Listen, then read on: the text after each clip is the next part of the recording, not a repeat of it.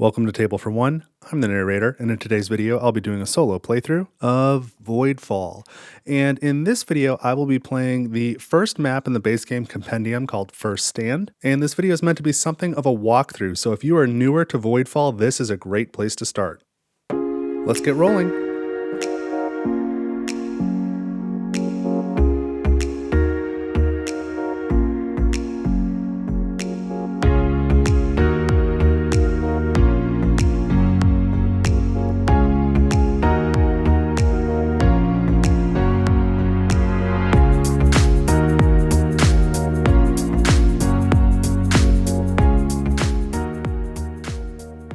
Alright, so I am ready to play the first scenario of the Voidfall base game. This is First Stand. I am playing on solo mode, and I will be playing House Valnus today. This is not quite a tutorial, but something of a walkthrough. So if you don't know anything about Voidfall, I've got a whole playlist. I think it's got more than 30 videos at this point. There's tons of individual rules videos, so you can go learn the different rules and mechanics of this game. And I've also got several tutorial playthroughs that you can go watch to learn the tutorial. But assuming you've read the rule book, you kind of have some sort of grasp on the rules, and maybe you've gone through the tutorial. My goal in this video is to just demonstrate how the normal solo game plays, and really try and walk through my thought processes and some of the mechanics as much as I can, just to really help you solidify your grasp on how this game works. So as always, if you have any questions, I would be happy to help you in the comments. And also, if you think I made a mistake, let me know in the comments too. It's always good to double check. And I do want to say at the top that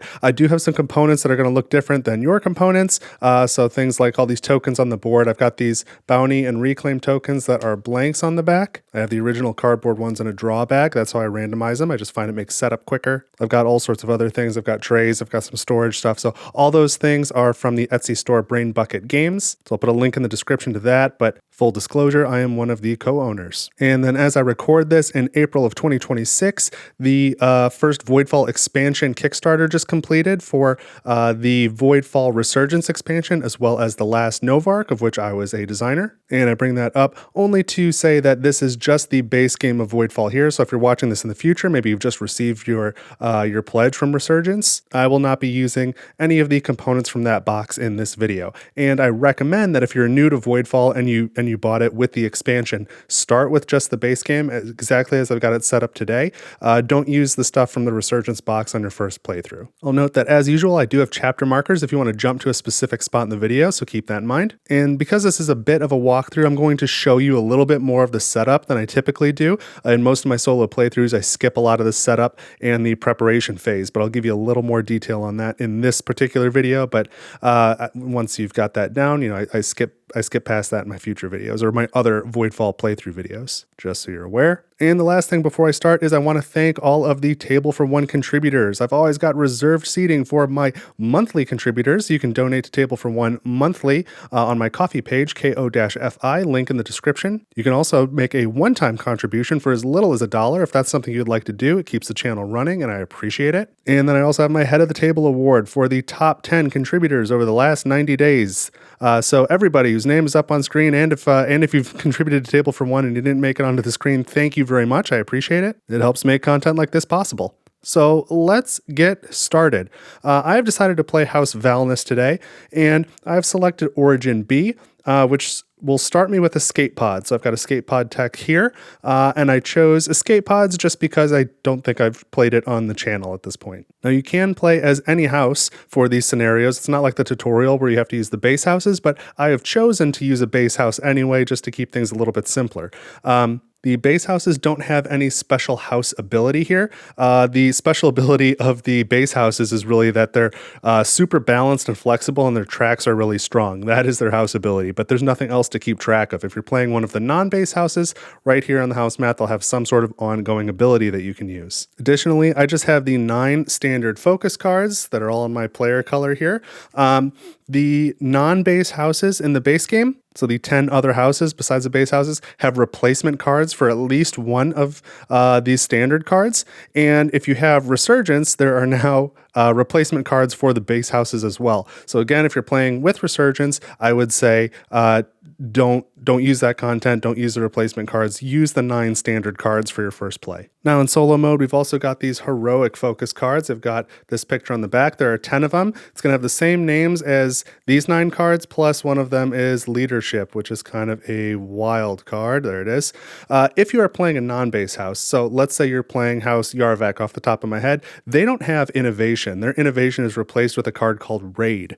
So in that case, you would find the heroic innovation card and remove it from the deck, and you would only have 9 left because House Yarvak would not have access to heroic innovation. But I'm playing with Valnus, so they've got all of the basic ones, so I don't have to remove anything. I'm going to shuffle these up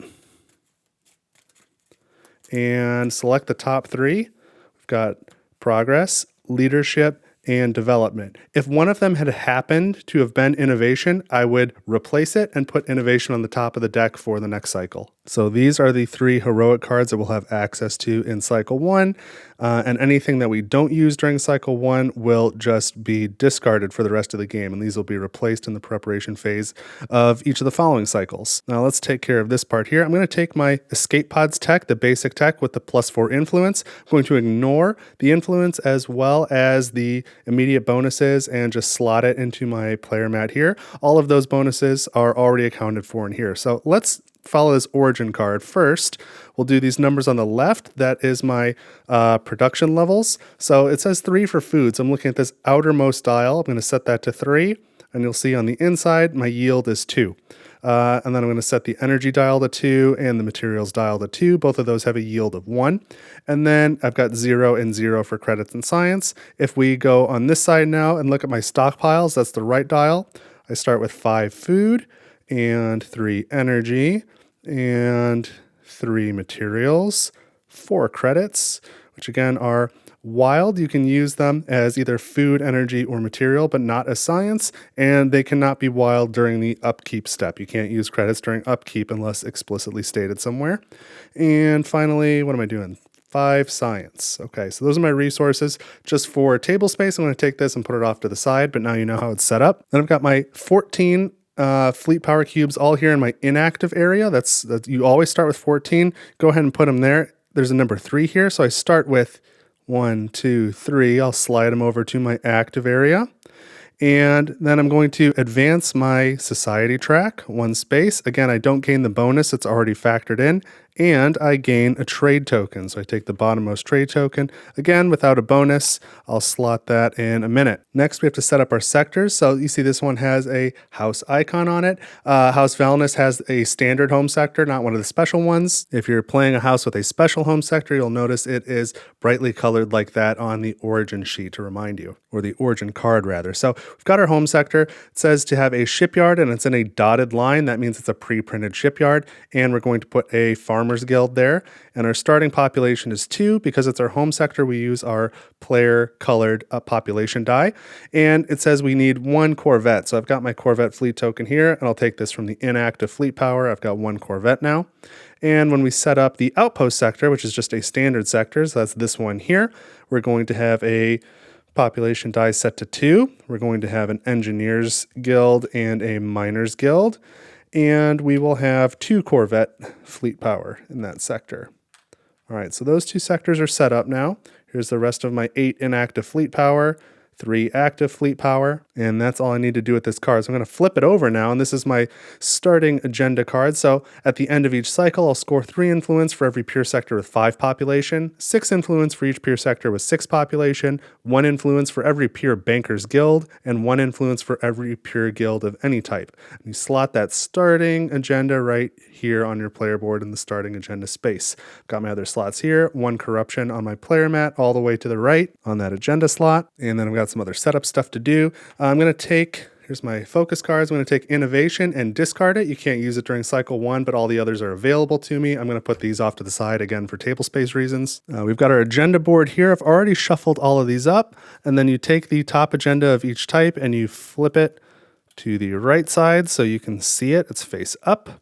There's the support and might agendas. Here's the wealth agenda and the dominance agenda. So our agendas are set up now. I didn't mention I'm playing on easy mode today. Again, just under the assumption that you are new to Voidfall, I kind of want to show what easy mode looks like. If you want to see playthroughs on normal or medium mode or hard mode, I've already got every map already solo playthrough on the channel, so you can see that. We've got our 2 safe havens here. Starting influence is always 10, just so you've got something to lose. So let's go ahead and set up our alert deck for cycle 1. So we're going to have 6 alert cards that have level 1 crisis on it, none for level 2, none for level 3, and no war card, and nothing else is starting on the crisis board. If you look at the normal card or the hard card, you'll start with some level 0 crises already out here, and your setup will be different. You'll have a war card during the first cycle. You'll have different allotments of those other alert cards. So here are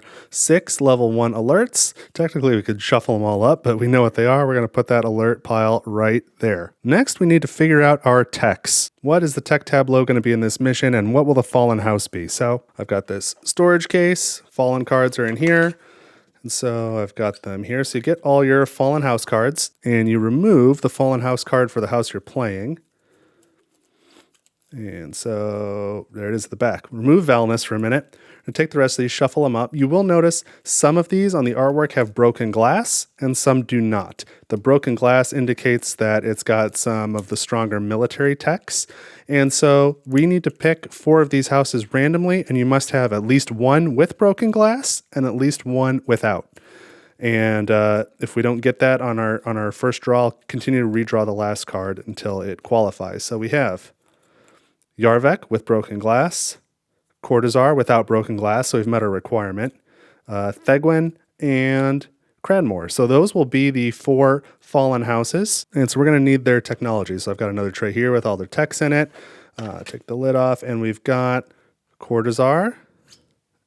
Grab those. Next is Cradmore. Then, oops, I grabbed Fenrex. Cradmore. Thegwin and Yarvek. Here's Thegwin and Yarvek. Okay.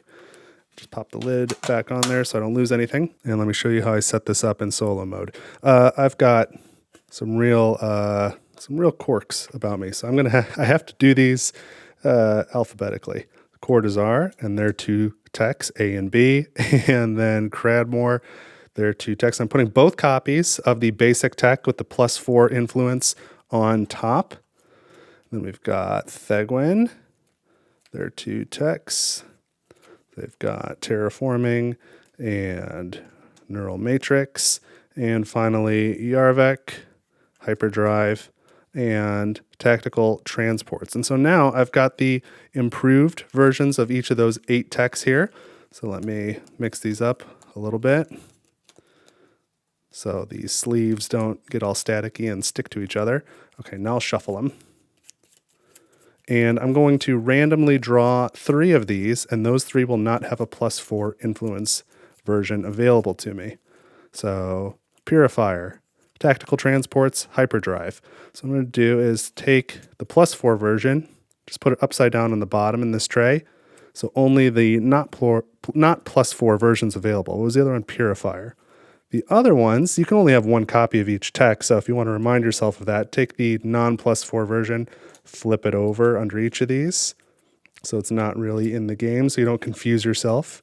You don't accidentally have the Voidborn consume a tech that shouldn't be there. It's only 1 copy of each basic tech in a solo game. There we go. All right, so now that tech tableau is set up, that's what we're dealing with. Now again, we will take these 8 improved techs, shuffle them up, and randomly 4 of them will be available in cycle 2. The other 4 will be available in cycle 3. So in cycle 2, we will have Purifier, Neural Matrix, Hyperdrive, and Tactical Transports. I'll take the other 4 and just set them there for now. So the 4 that I've selected, not really selected, but randomly selected. It's important that it's randomized. You don't get to pick. I put up here on the designated spot on the Galactic board and put the tech blocker, whoopsie, over them so that they are not available until cycle 2. But we can see what they are and plan around it. All right, so I've got the improved version of my starting tech here that's available to me later. I've got this trade token. I can go ahead and place it on my starting agenda now. That's a That's a good place to slot it. But because I have escape pods, I may have one additional trade token, and I can just keep that up here on the tech if I want to. Finally, I need to select the Fallen House for the map. So from the 4 that made up our tech tableau, we're going to shuffle these, and one of them randomly is going to go here on this Fallen House sector. So in this game, it will be Thegwin. All right, so the other 3, we don't need them. I can put them away. So for me, they just go back in here, pop the lid on there. Great. And so this Thegwin card says that it starts with 3 population in this sector. It's always corrupted. So go ahead and corrupt that sector, put 3 population there with a variable population die, put the card, and now that sector is set up. Another thing we need to check is, do we have any techs that require a new combat tile? When I play by myself, I don't use the combat tiles because I kind of have it memorized. But let's check here. So torpedoes, no. Starbase is yes. Salvage scanner, purifier, terraforming, neural matrix, hyperdrive, tactical transports. Just starbases. So I'm just going to add the starbases tile to the bottom here so we know how it works. But it's going to work just like a sector defense in terms of combat. And then I've got my number 2 glory token. That's always available. I'm going to leave my tech here. That's fine. Okay, so the last thing we need is our Galactic event. So when you play solo mode, you use all 10 of the base game Galactic events. So you just take these and shuffle them up. They should be shuffled already because I always shuffle them when I put them away. But we'll shuffle them anyway just for fun and draw one.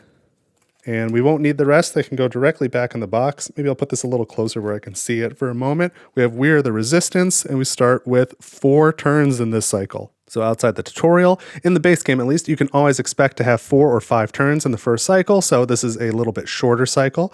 So this first box here is in red. It's outlined in red, so that means this is required. We must complete it if possible. Each player must add 1 Voidborn Fleet Power and 1 Glory Token of value 1 on 1 adjacent Voidborn sector. So the Voidborn sectors adjacent to any of my sectors are this one, and this one. So I need to choose one to add a Voidborn Fleet Power, which will make it more difficult to take, and also a Glory Token of value 1, which just makes it a little bit more valuable. So here are the components. How am I going to choose this? All 3 of these sectors are valid, not just because they are adjacent, but because they can also hold the 1 Voidborn Fleet Power, because there's a max of 1 token per sector. So this sector is kind of on the way to the Fallen House, if that's something that I want to do. It can also help me get up this way towards the Rift, which is not a bad idea, because the Rift is worth 30 influence at the end of the game for the Voidborn. And it can even help me get up that way. So this is a sector that I'm likely to take kind of no matter what I'm going to do. It's also the easiest one to take because it's the only one that is adjacent to both my home sector and my outpost sector, so I can bring in fleet power from both. The other sectors, this one is really only of value if I plan to go up this way, because I don't know that I'm going to like snake around like that. Once you go here, you might as well go here. Assuming you're trying to get to the Rift, because it's just a shorter path versus going this way. Then again, if you go this way, you can go both up to the Rift and down to the Fallen House sector. We see that these are both 4 population sectors, which is pretty nice. And this one's got two Voidborn Fleet Power less than that one, and they both have 2 Reclaim tokens. So they're both good in different ways. This one's a little easier to take, but this one's rewards are a little better because it's got that 4 glory versus the 3 glory here. This one, of course, has a Harbinger, which is not great because it goes on your Crisis board, but at the same time, that takes influence away from the Voidborn at the end. So it kind of depends later in the game what we're trying to do, if we want to go that way or that way. And then lastly, there's this sector here, which is closed off from that sector. So it's only bordering my outpost and this Voidborn sector. So that's kind of an easier sector to pocket if you take it, meaning you can make it adjacent to no Voidborn sectors pretty easily. So if you don't plan to take that sector, it's a great one to dump extra fleet power in and maybe sector defenses, or depending on what events might come up, it's a great place to just dump stuff in if you're not going to go there. It is easy to pocket, but again, it's pretty weak. It's got, only 2 population and 1 glory token. So that's not great. But interestingly, I see we've got Hyperdrive is available, and the improved version is available in Cycle 2, which means if I were to take that sector, I could use improved Hyperdrive to ignore that Voidstorm and get to that big sector. So I could pocket this, load it up with fleet power, and then jump it out, and then I'm very close to the Rift. That's an interesting angle of attack. So I might want that sector too. So I think I'm going to put the fleet power, after all that, the fleet power and the glory token here in this sector. So I see myself either going here and then trying to shoot through there, or going this way to get the fallen house and then working my way up the right side. Not to say I still wouldn't maybe want to go here, but that's the least likely place for me to go right now, so I'll just dump the Voidborn stuff there. Then, the next box has a dotted line around it, so it means this is optional. Each player may activate one fleet power, or increase a pure population, or place a banker's guild. Now, before we make our decision, let's look at the two objectives for this cycle. So the top objective says at the end of this cycle, if you have 10 or more pure population, then you can establish a guild and build an installation. So that's one reason you might want to take this improved population option. If we look at the bottom objective, if you have 3 or more pure bankers guilds, then you can advance a civilization track. So that's why you might want to place a bankers guild. So I've got 4 turns right now, and I've only got 4 pure population. Getting up to 10 pure population would be, I think, harder than getting 3 pure bankers guilds, and I like this reward better. I'd rather advance my track than build a guild and an installation. So I'm going to aim for this bottom one. So I don't think I want the pure population. I'll probably want to build the bankers guild, but I'm looking at the activate fleet power too, because activating fleet power is super important, and gaining a free activation would be nice. But my starting tech is escape pods, which means I'll have once I get my fleet power on the map, they're more likely to stay out there. I guess that's not really relevant for activating versus deactivating, but I think I'm going to go with the Bankers Guild because I don't want to spend a lot of time building guilds in my 4 turns. I would rather be invading or getting techs or advancing tracks, doing other things, and I just want to happen to also get a free track advance while I'm at it. So I'll build a Bankers Guild. I'll put it here in my home sector. And so I've just established a new guild. I've got 2 population there. And as far as guilds are concerned, it doesn't matter if the population is pure or corrupted. It just matters that it's a 2. So I go here, this outermost circle for credit production, my Bankers Guild, and I put the level to 2, which has a yield of 1. So if I produce credits, I will gain 1 credit, and I have 4 right now, so it would go from 4 to 5. So I can take this Galactic event, put it back here on the Galactic board. Now this is, by the way, 1D, We Are the Resistance. I don't know if I said that. So I've got my 1 Bankers Guild here. I'll put another one there, and then if I do want to get a third, I'm going to need to take another one of these sectors, purify it, and put a Bankers Guild there. So let's look at a couple things. Now, one, this Galactic event is really cool when House Thegwin is in the tech offer because terraforming is out there, which allows you to increase your population both when you get the card and then each time you play development and prosperity. So if we were to get that tech and then play development and play prosperity, then we could get 3 more population this cycle, which would go a long way towards getting to 10. We also have Neural Matrix out there, which when you gain that tech, you can place a Bankers Guild, and that kind of rewards you for producing credits for the rest of the game because each time you produce credits, you first gain 2 credits. That's really nice. But I think what I might be interested in, I think I want to get Salvage Scanner and Star Bases because I can start building Star Bases, which helps me to purify things if I can get the improved version later. But it can also help increase my population. But it serves as a sector defense and as a shipyard, so that can help me get fleet power where I need it more easily. And then Salvage Scanner I'm looking at because not only does it help me build up when I take over a Voidborn sector, I add reclaim tokens to it, but immediately it can allow me to deploy a fleet power to any sector that I have.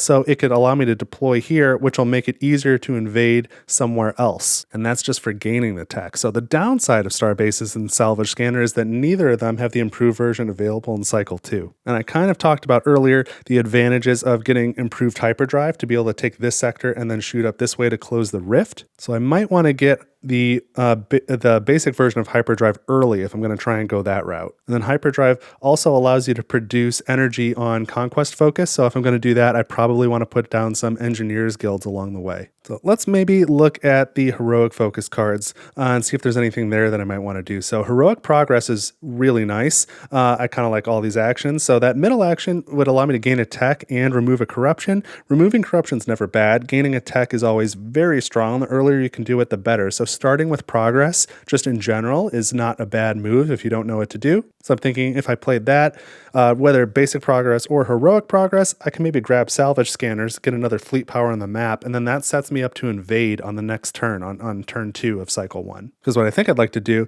is invade this sector with 2 fleet power.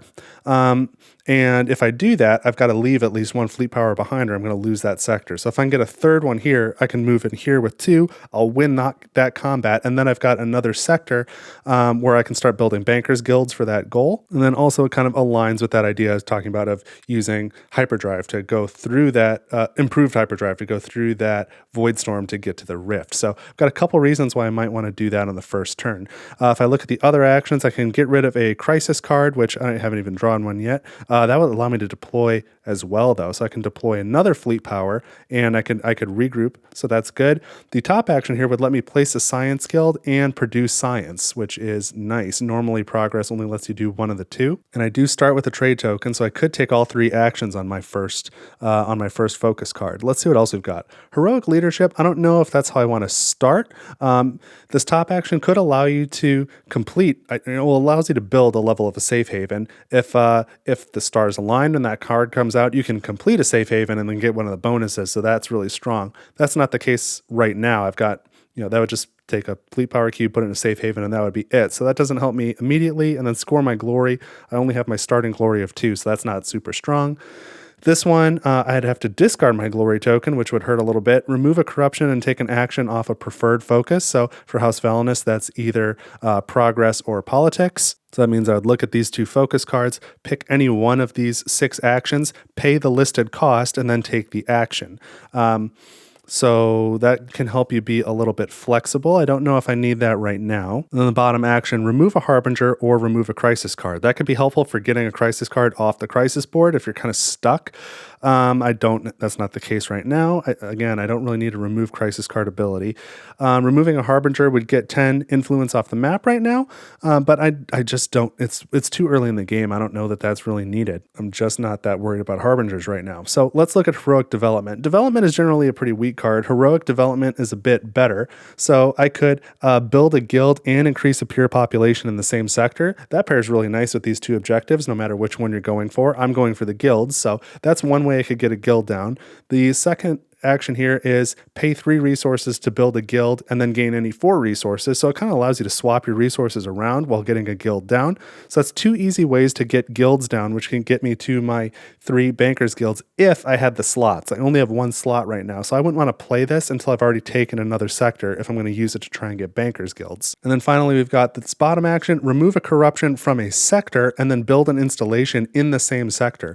That could be nice if I had star bases. If I could get star bases before playing that, then I could say purify this sector, put a star base down so it's better defended. And I know that if I take that sector and put a bankers guild there, I'm going to need to purify it to have 3 pure bankers guilds. It's not enough to have the 3 guilds. They've got to be pure. So that's something I might want to do later in the cycle. And then I think I definitely want Salvage Scanner. I think I want Star Bases, and I think I want Hyperdrive too in this first cycle. Although, normal for me, I just want all the techs. They are all really good. And, Progress is one of my preferred focuses. I could play Progress, whether the Heroic or the regular one, and gain a tech.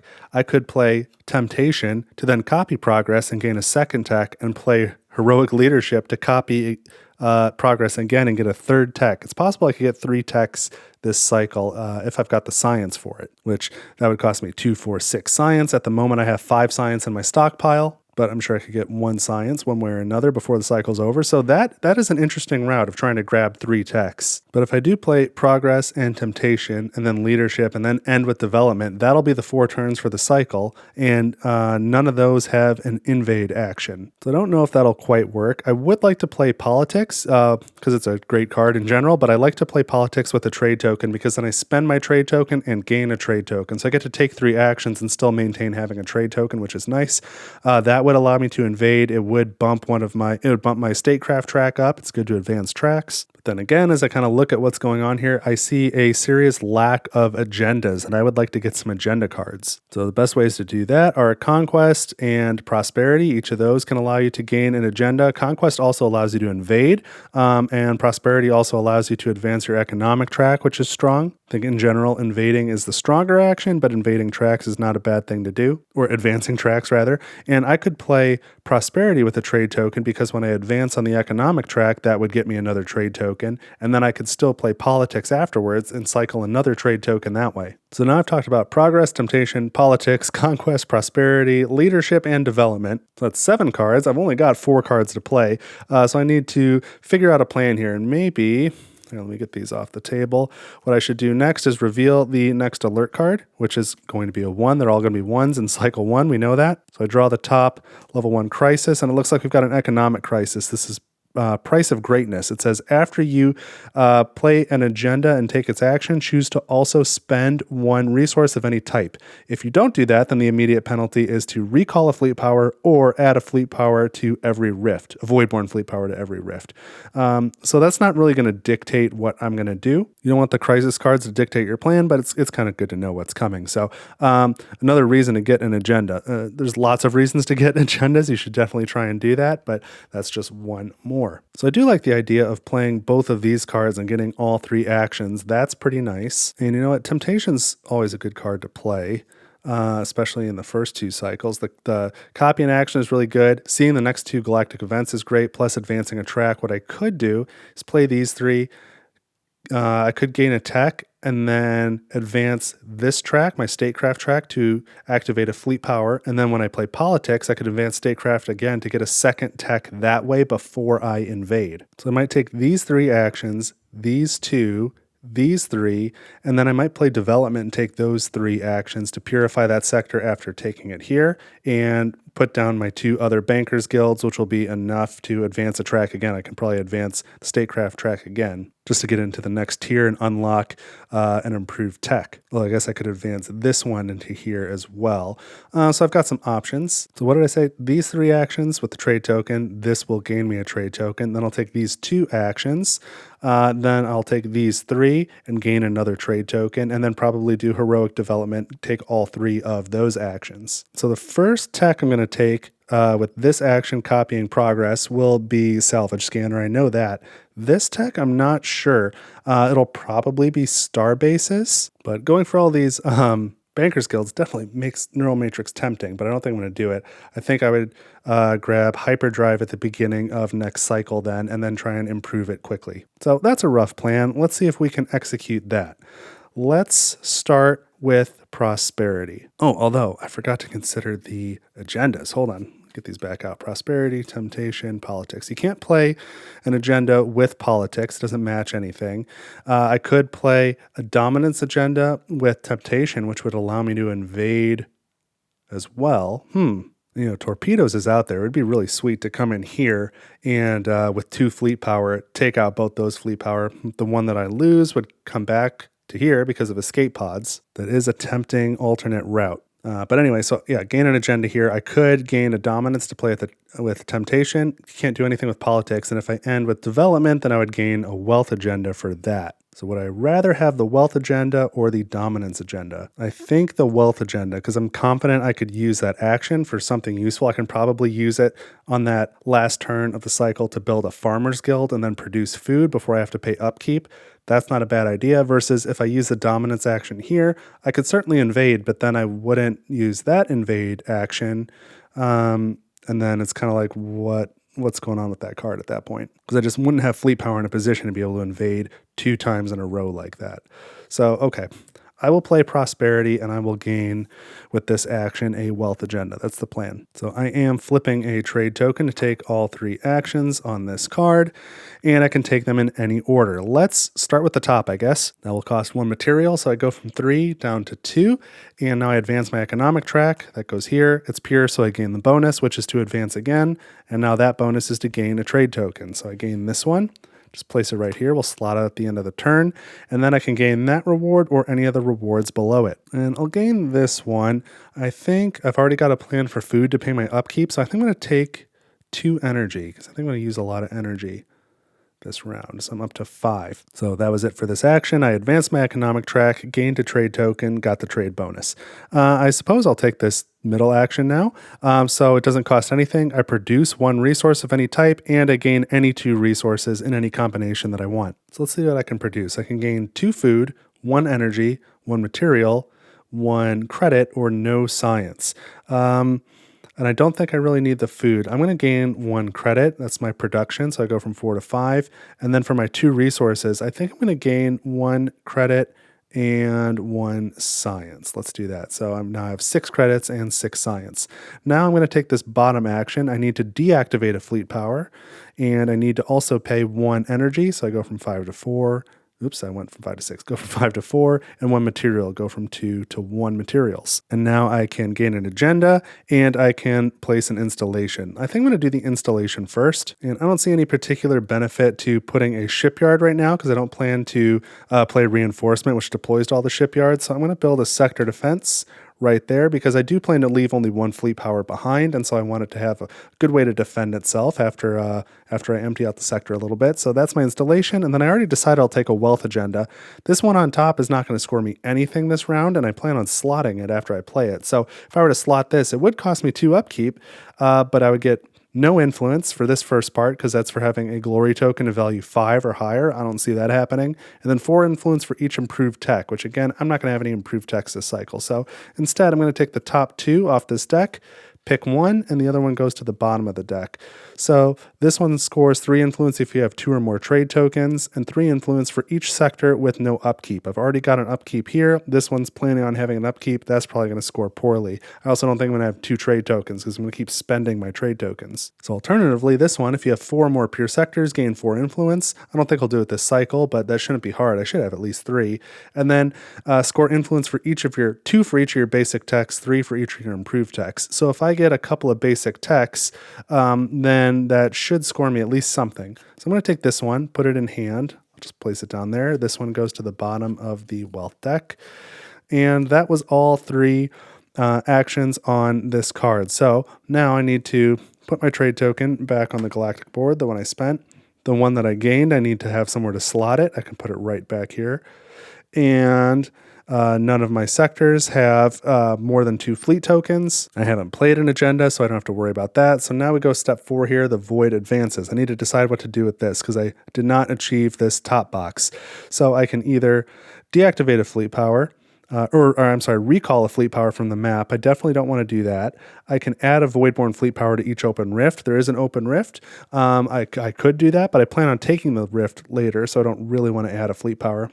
And I expect to do this by the end of the cycle without much difficulty. So I will make it ongoing rather than take a catastrophe. So that goes there.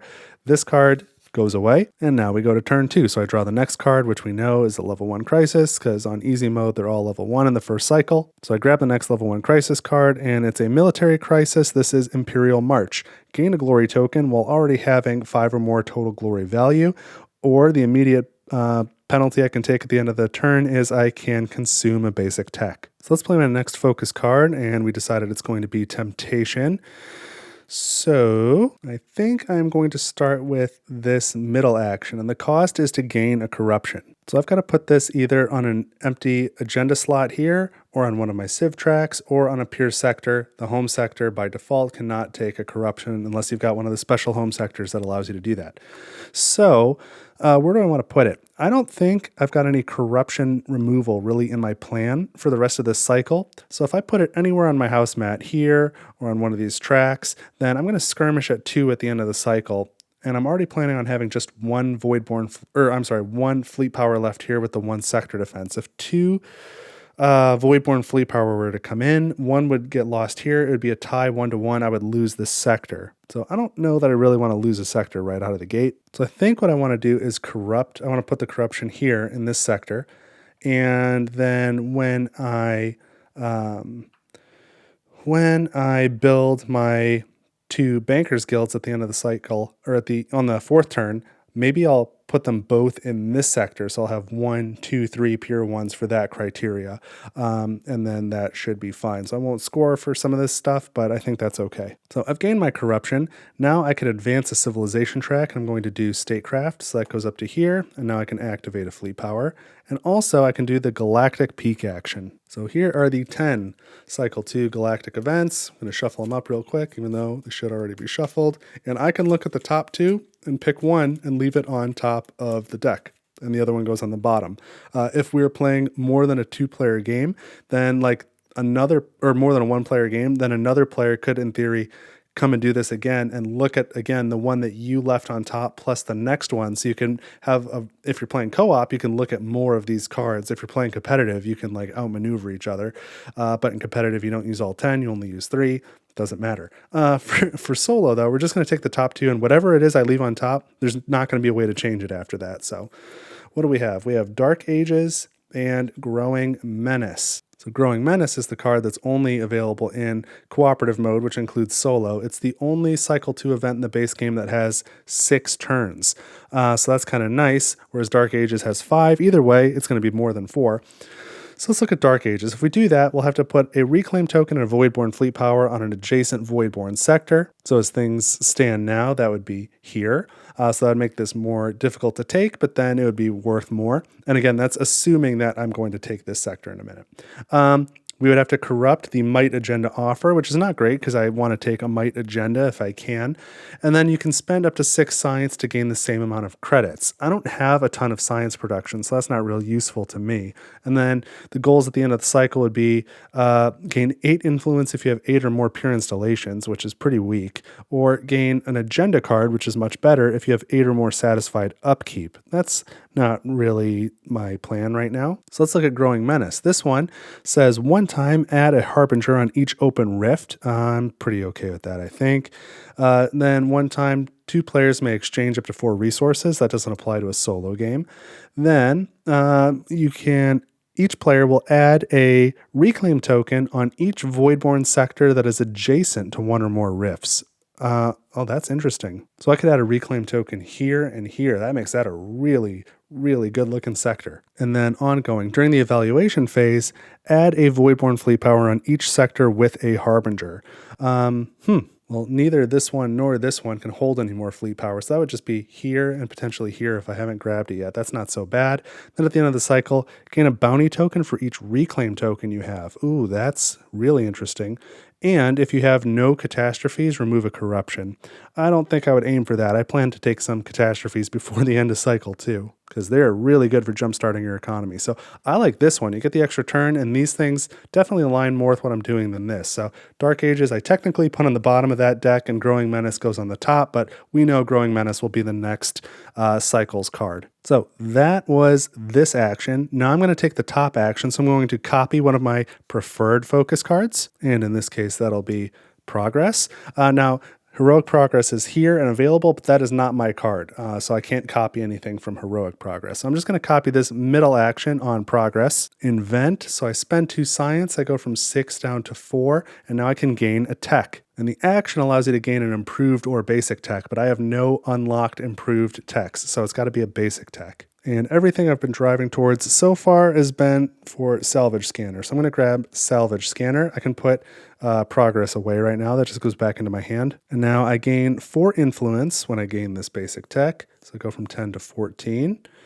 And I can either activate a fleet power or deploy a fleet power. And I will deploy 1 fleet power to here.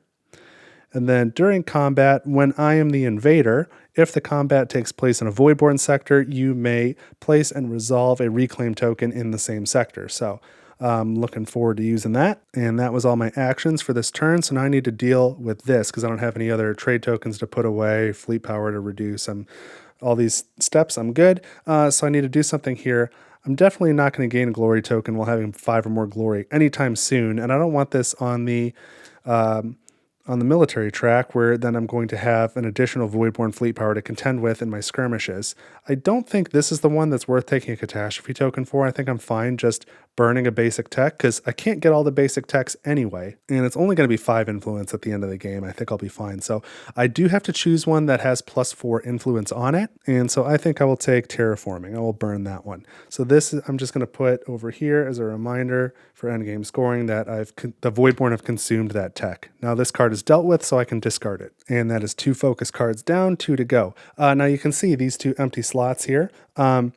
Again, that's why on these versions, that's why I flipped the bottom card over, so that I don't think, if I take it, that I don't think the other card is available to have the Voidborn consume later. So just wanted to point that out. I mentioned it during setup, but I'll mention it again now. So then this alert card goes away, and we draw the next alert card, which is a 1. We know that. So now we grab another level 1 crisis, and it is a general crisis, which means if we make it ongoing, we can put it on a track of our choice. This one is Tooth and Nail. It says after you build a pure installation, choose to also decrease the population in the same sector. Otherwise, the immediate penalty is you can deactivate a fleet power. I don't know that I'm going to build an installation this turn, but I will the following turn, so maybe I'll make that one ongoing. I definitely don't want to deactivate the fleet power, though. That would be a good opportunity for me to take a catastrophe token instead. So I'm sticking to my plan. I'm going to play politics focus now, and I will flip a trade token to take all 3 of the actions. And so I'll start with the top action. I need to spend 1 science. I go from 4 down to 3, and now I can advance my statecraft track. And so that advances to here, and now I can gain another technology. And so as much as Starbases is calling my name, I think I'm going to take Hyperdrive. I want to make sure I get that so that I can gain the improved tech early in cycle 2. So let's go ahead and do that. We'll take Hyperdrive. So I get this.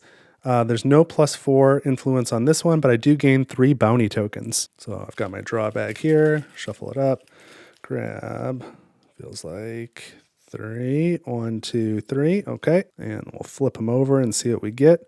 Oh, wow. All right, so the first one is 1 food and 1 material or 1 influence. We're in cycle 1. We'll take the food and the material. Sure, I go from 5 to 6, and I go from 1 to 2 on materials. I probably could get away with the influence at this point, though. I'm doing fine on resources, but we won't play it that close in this video. The next one is gain 1 science and or 1 influence. So I'll take the science, go from 3 to 4, and I will take the influence as well. I go from 14 to 15. And then finally, this one is gain 1 resource of any type. And the right answer in that case is just about always credits. So I'll go from 6 to 7 credits. So now I can slot that tech, and I can put the bounty tokens over here. Just hold on to them because sometimes you can score for those. Some houses can spend them to do fun stuff. And now when I invade, first I can regroup. That is pretty great. And when I play Conquest Focus, I can produce energy. So that is it for the first action. I'm going to take the second action. Again, I could go in any order here, but I'm going to take the second action next. And so I need to spend 2 energy and 1 credit. So I'll go from 4 energy down to 2. Credits, I'll go from 7 to 6. I could spend credits instead of that energy, but I'd rather hold on to the credits. Because they're more versatile. If this is asking for energy, might as well spend it so that the credits I could hold on to and use them for something else later. And now I can upgrade a glory token by 1. So I've got 1 glory token value 2. I'll upgrade that to a 3, and then I can invade. In most cases on this action, you're going to want to upgrade first because part of the invade action is scoring your glory. So unless you've got an outside reason for it, always take that top action first. So we're going to invade now, and because I have hyperdrive, I can regroup before I invade. So I'm going to regroup this fleet power into this sector. You always hold on to your home sector. That's why it has your playered colored population die to signify that it always belongs to you. It can never be invaded by anyone else, including the Voidborn. So let's get my fleet power out of there. And now I can continue with the invasion. I'm going to move these 3 fleet power in. Why not? Why? Instead of why not, let's ask why. Let's leave 1 behind so that I have 2 fleet power in each of these sectors so that I can have a good chance of defending both of them. And so now we have combat, my initiative with 2 corvettes. Again, you can reference this over here. There is no approach damage. Nobody's got a sector defense or a starbase there. So on approach, or now we go to salvo. I've got 2 corvettes, so that's 2 initiative. They've got 1 corvette, 1 initiative, so that means I fire first. I do 1 damage, they lose a fleet token. Now, if they have any fleet tokens left, they can return fire, but they don't. So that is it for combat. So let's go through combat resolution. So I gain the glory token that's on that sector. Put that over here. I can score glory now. I've got a total of 4, so I go from 15 influence up to 19. And what else? I think the only other thing is my salvage scanner tech. I was the invader, and that was a Voidborn sector, so I can place a reclaim token on the sector. So I'll just grab a reclaim token from this draw bag. goes on that sector and I resolve it now as part of my end of combat. So let's see what we get. I can build a miners guild in that sector, or I can gain one resource of any type. Man, I wish it said bankers guild. That would have saved me a step. I don't know that a miners guild is really something I'm super interested in, really, because I'm going to put 2 bankers guilds there. And then I was planning on, yeah, this is how I'm going to build the bankers guilds on my next turn, those 2. And with this card, I'm going to probably build a farmers guild to produce food so I can pay upkeep, although I don't know that that's really necessary anymore either. I've got 6 food. I'm going to have 1, 2, 3, 4, 5, 6, I guess 7 upkeep. I can afford it still without the food, but maybe I should still do food. And I'm not really spending material. Hyperdrive really pairs with energy production, so I'd rather put Engineers Guild. So I'm not going to build the guild, believe it or not. I'm going to take the 1 resource of any type. And again, I've got 6 credits, and for science, I don't have any scientist guilds. I'm about to have a bunch of bankers guilds. So I might actually take the science on this one, go up to 5. Either way, I've got a lot of both of those resources, but I want to make sure I can continue to do things that cost science, like increasing my politics track and gaining technologies. So I've taken this action, and this action now is fully complete. So now I'm going to take the bottom action, spend 1 credit. So we'll go from 6 down to 5. And now I gain a trade token. So again, I take this one, and then I can gain a trade reward or a trade bonus. So 2 basic resources or a bounty token or a science. And I'm starting to get a lot of bounty tokens, and I've already got 1 reclaim token. And recall that we know the next event will be this one, where each reclaim token, I'll get another bounty token. I plan on getting improved hyperdrive and taking that sector, which will give me 2 reclaims plus another one for salvage scanner. So I'll have 4 reclaim tokens. So at the end of the cycle, I could get 4 more bounties. I know that there is a wealth agenda where you score for your bounty tokens. So that's starting to sound pretty good because I can plan ahead for it. So maybe for this trade token reward, I will grab a bounty token. I'm going to start doing that.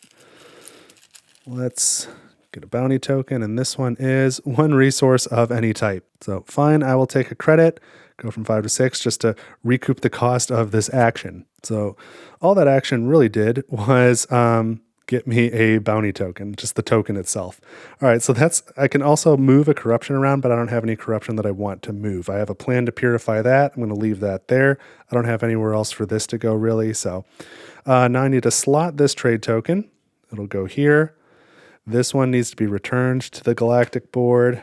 And then I need to do something about this. And again, I plan to do this on, I would have to decrease the population in that sector. I don't like that so much. So you know what? This is as good a time as any. I'll take a catastrophe token for this one, just because it helps to boost my economy a little bit, or boost my game. So I'm going to discard this to take a catastrophe token. So that goes here. So at the end of the game, that'll be 20 influence for the Voidborn. But immediately, each player, which is just me, of course, can either gain 5 resources of any type, or it can remove a corruption. And I'm going to remove the corruption from this sector so that I can score for this sector at the end of the cycle. I can defend against a skirmish of 1 right now, so I'm not scared of leaving this one here. It's not going to hurt me from scoring anything. So, all right, I think that was good. Now I'm going to remove this card and draw the next one. And this will be the last turn for the cycle. Again, we know it's a number 1. So grab the next level 1 crisis. It is a general crisis. After you gain a trade token, choose to also spend a credit. It's too bad I didn't have that earlier. Or to discard this card, I can remove a non-home guild. That might not be so bad because I could get rid of this miners guild, and that would allow me to build something else, which I might want more. So, okay, I'm not too worried about that. So I'm going to play development, and I'm burning it to take heroic development. So I will also flip the trade token to take all 3 actions. I think I still want to do that. And I will play this agenda as well. So I can take that agenda action. So I think the first thing I want to do is take this bottom action. So I spend 1 science, go from 5 to 4, to then remove a corruption from a sector and build an installation in that same sector. So I will remove this corruption from this sector here, and then build an installation there so the corruption goes away. And I never grabbed star bases, so I will build a sector defense there. I don't think I really need a shipyard. I don't have a lot of fleet power on the map, but it is nice that when I'm in combat, the first fleet power I lose goes back to my home sector with escape pods, and then when I attack again, I can regroup it back to the front lines with hyperdrive. So that's a nice combo. So now let's take the top action. I'm going to spend 2 materials. and I have 2 materials, so that goes down to 0. And now I can establish a guild and increase the population in that sector so long as the sector is pure. So I'm going to put a banker's guild in this sector. And that means because it's a population of 2, my credit level goes from 2 to 4. My yield is now 2. And then the second part of the action, it is a pure sector, so I'm going to raise the population from 2 to 3.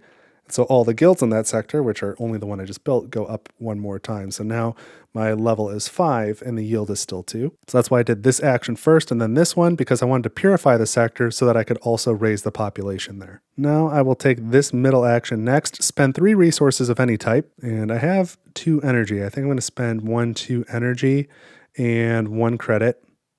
Go down to 5, to then gain 4 resources of any type. I'm going to gain 4 credits, so I go from 5 to 9. And I can also establish another guild. And I'm going to put that banker's guild here. That's going to save me an upkeep later because, so I could have put it here and then use this action to put a farmer's guild here. That would be full and there would be 2. But in this scenario, I've got 3 here, I've got this, I'll still put a farmer's guild there, and then when I resolve this crisis card, I will remove a non-home guild. I'll get rid of this miner's guild, this will move back over, and then I will have 2 sectors here with 2 guilds each, so I won't have to pay an upkeep on either of them. So now my credit yield, or my credit level goes up 2 more times, up to 7. My yield is now 3. And I've done everything on all 3 of these actions. I'm going to take the agenda action now. I didn't have to take it last, but I was choosing to. And my plan all along was to put a farmer's guild and then produce food so that I could pay for upkeep. But I currently have 6 food. And I'm going to have 1, 2, plus 3, 4, 5 upkeep to pay in total. That's it. I can pay the upkeep already. So I'm going to put off that food production. Maybe that's a problem for another time. I'm going to build a scientist guild instead because I don't have one of those, and I would like to make sure I have enough science next round. I only have 4 science in my stockpile. So my scientist guild level goes from 0 to 3. My yield is 2, and then I produce that resource, so I produce 2 more science, I go from 4 to 6. That'll ensure I can continue to get techs because I've been relying on those so far. So last minute change there. Then I just took my agenda action so I can pay 1 resource of any type, and I've got 9 credits. Let's spend 1 credit now because I need my food. I've got 6. I'm going to need 5 of it, and then I have 0 energy and 0 materials, so those are not available. And then I just went on my way to make science. So we'll spend the credit after taking agenda action to now complete that crisis card. So that's solved. And now this turn is over, so I'm going to slot this agenda and put the trade token back on the Galactic board. Heroic development gets discarded, and we have to look at this card now, and I've already decided I'm just going to get rid of a miner's guild in my non-home sector. This can slide over at that point, and that gets discarded. That's fine. And because I've lost my miner's guild, this wheel goes back down. I have no miners guilds here. I don't get any bonus from miners guilds here, so 0. I have no materials production, but I think I'm okay with that. And this goes away, and that is the end of turn 4. And that means that is the end of the focus phase of cycle 1. So now we go to the evaluation phase. Step 1 is to resolve the crisis board. So first, we resolve a skirmish.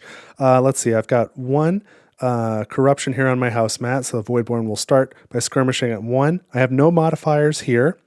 No modifiers here. This doesn't apply until cycles 2 and 3. No modifiers from anything else. So the Voidborn will skirmish at 1. If they try and invade here with 1 fleet power, they'll lose it on the way in. Same thing in this sector. And that is all the valid sectors because, again, they can't skirmish in my home sector. So I survive the skirmish. And then the next step of resolving the crisis board is to resolve the economic track, which at this time is to pay nothing. So that was pretty easy. That's done. Next step, step 2 of the evaluation phase is upkeep. I need to calculate my upkeep. I've got 1, 2, 3, 4, 5. We knew that would be the case. And so for each upkeep, I need to spend either 1 food or 2 resources in any combination of energy and materials. And this is when credits cannot be used.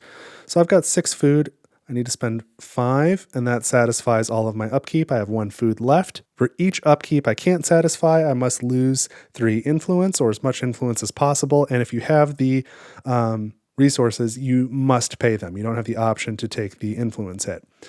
Next, we check for safe havens. If I had any pure sectors with 6 population and 3 or more guilds, then I could build a level of safe haven for each of those.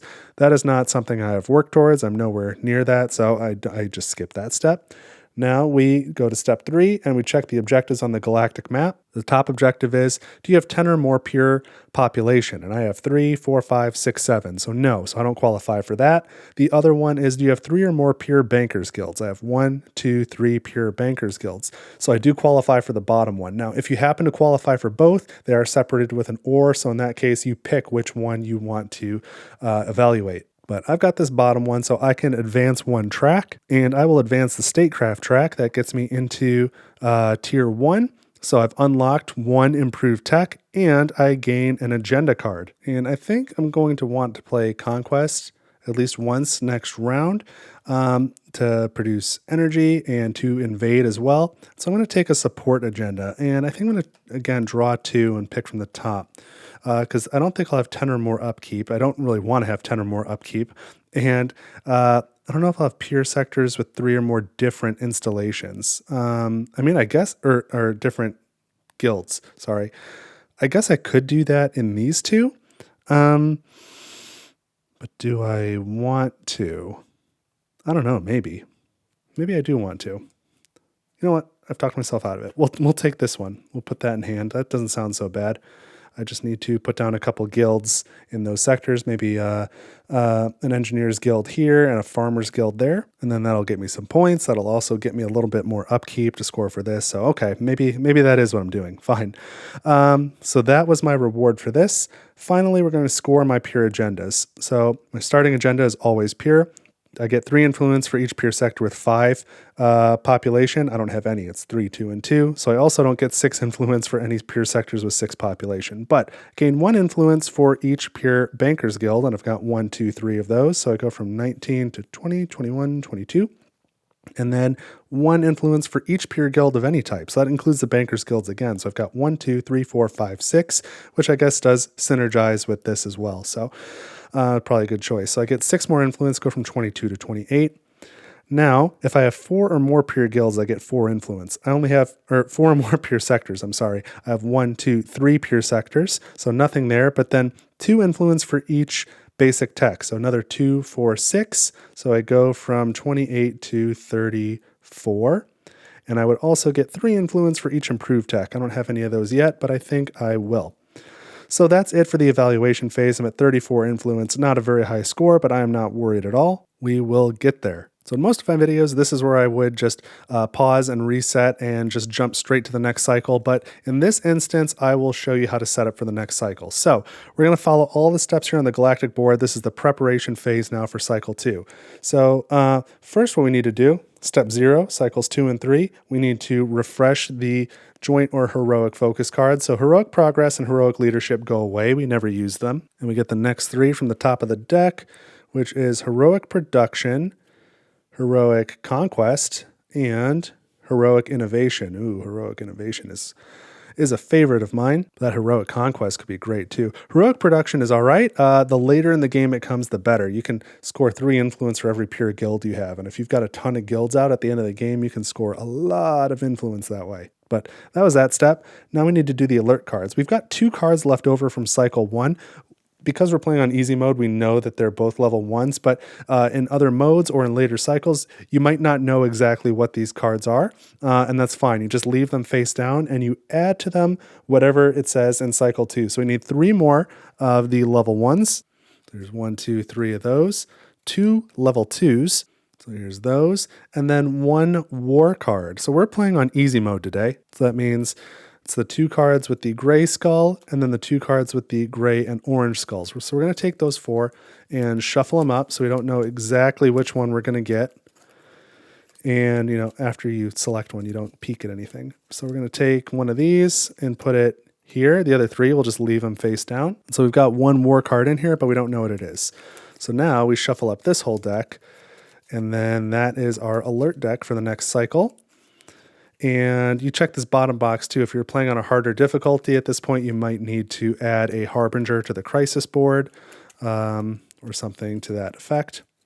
So, okay, these are shuffled. That was step 0. Now we go to step 1, which is to remove the bottommost trade token from the game. So that's gone. So the number of trade tokens available is less, but the rewards are now starting a bit higher. Now we go to step 2. We're in cycle 2, so we remove the trade or the tech blocker, so all of those improved techs are now available. And then step 3, we're playing solo, so we are always the first player. Step 4 is replace the galactic event, so we can get rid of We Are the Resistance, and we know what the next galactic event is, but if you had not taken the galactic peak action, then this would be just the next card on top of the pile. But we've got Growing Menace, and so now we are kind of ready to resolve that. I will take all my focus cards back into my hand though, and we are in cycle 2, so I will add to them Innovation. So I now have my 9 focus cards in hand. So I will take a quick water break for my voice, and then we will jump into cycle 2. So here we go. All right, so I'm ready to talk about cycle 2 now and what I plan to do here. So we know we've got 6 turns. It's going to be a long cycle. We're trying to get a lot of reclaim tokens, and these heroic cards are Innovation and Conquest in particular are pretty favorable for what I want to do. I definitely want to play Heroic Innovation, get a basic tech and an improved tech, remove a Voidborn fleet power from an adjacent sector, and gain an agenda. I want all of that. This Conquest is great. I want to play Conquest to use my hyperdrive bonus, but also this action here lets you invade and then remove the corruption from the invaded sector, which is really cool. I would like to do that. Gaining an agenda is good. I don't really need to worry about regroup because of hyperdrive. Activating 2 fleet power and improving a glory token would be great, but the cost is a little high for me to recall a fleet power just because I don't have a ton on the map. And then looking at heroic production, I'm not super interested in playing it, minus that middle one, which has no cost, and you can improve or increase a pure population 2 times, which could help me get one of these to 3 guilds and 6 population, so that I can start. So it'll take care of 1 safe haven by itself if I do that before the end of cycle 2 and keep it pure for the end of cycle 3.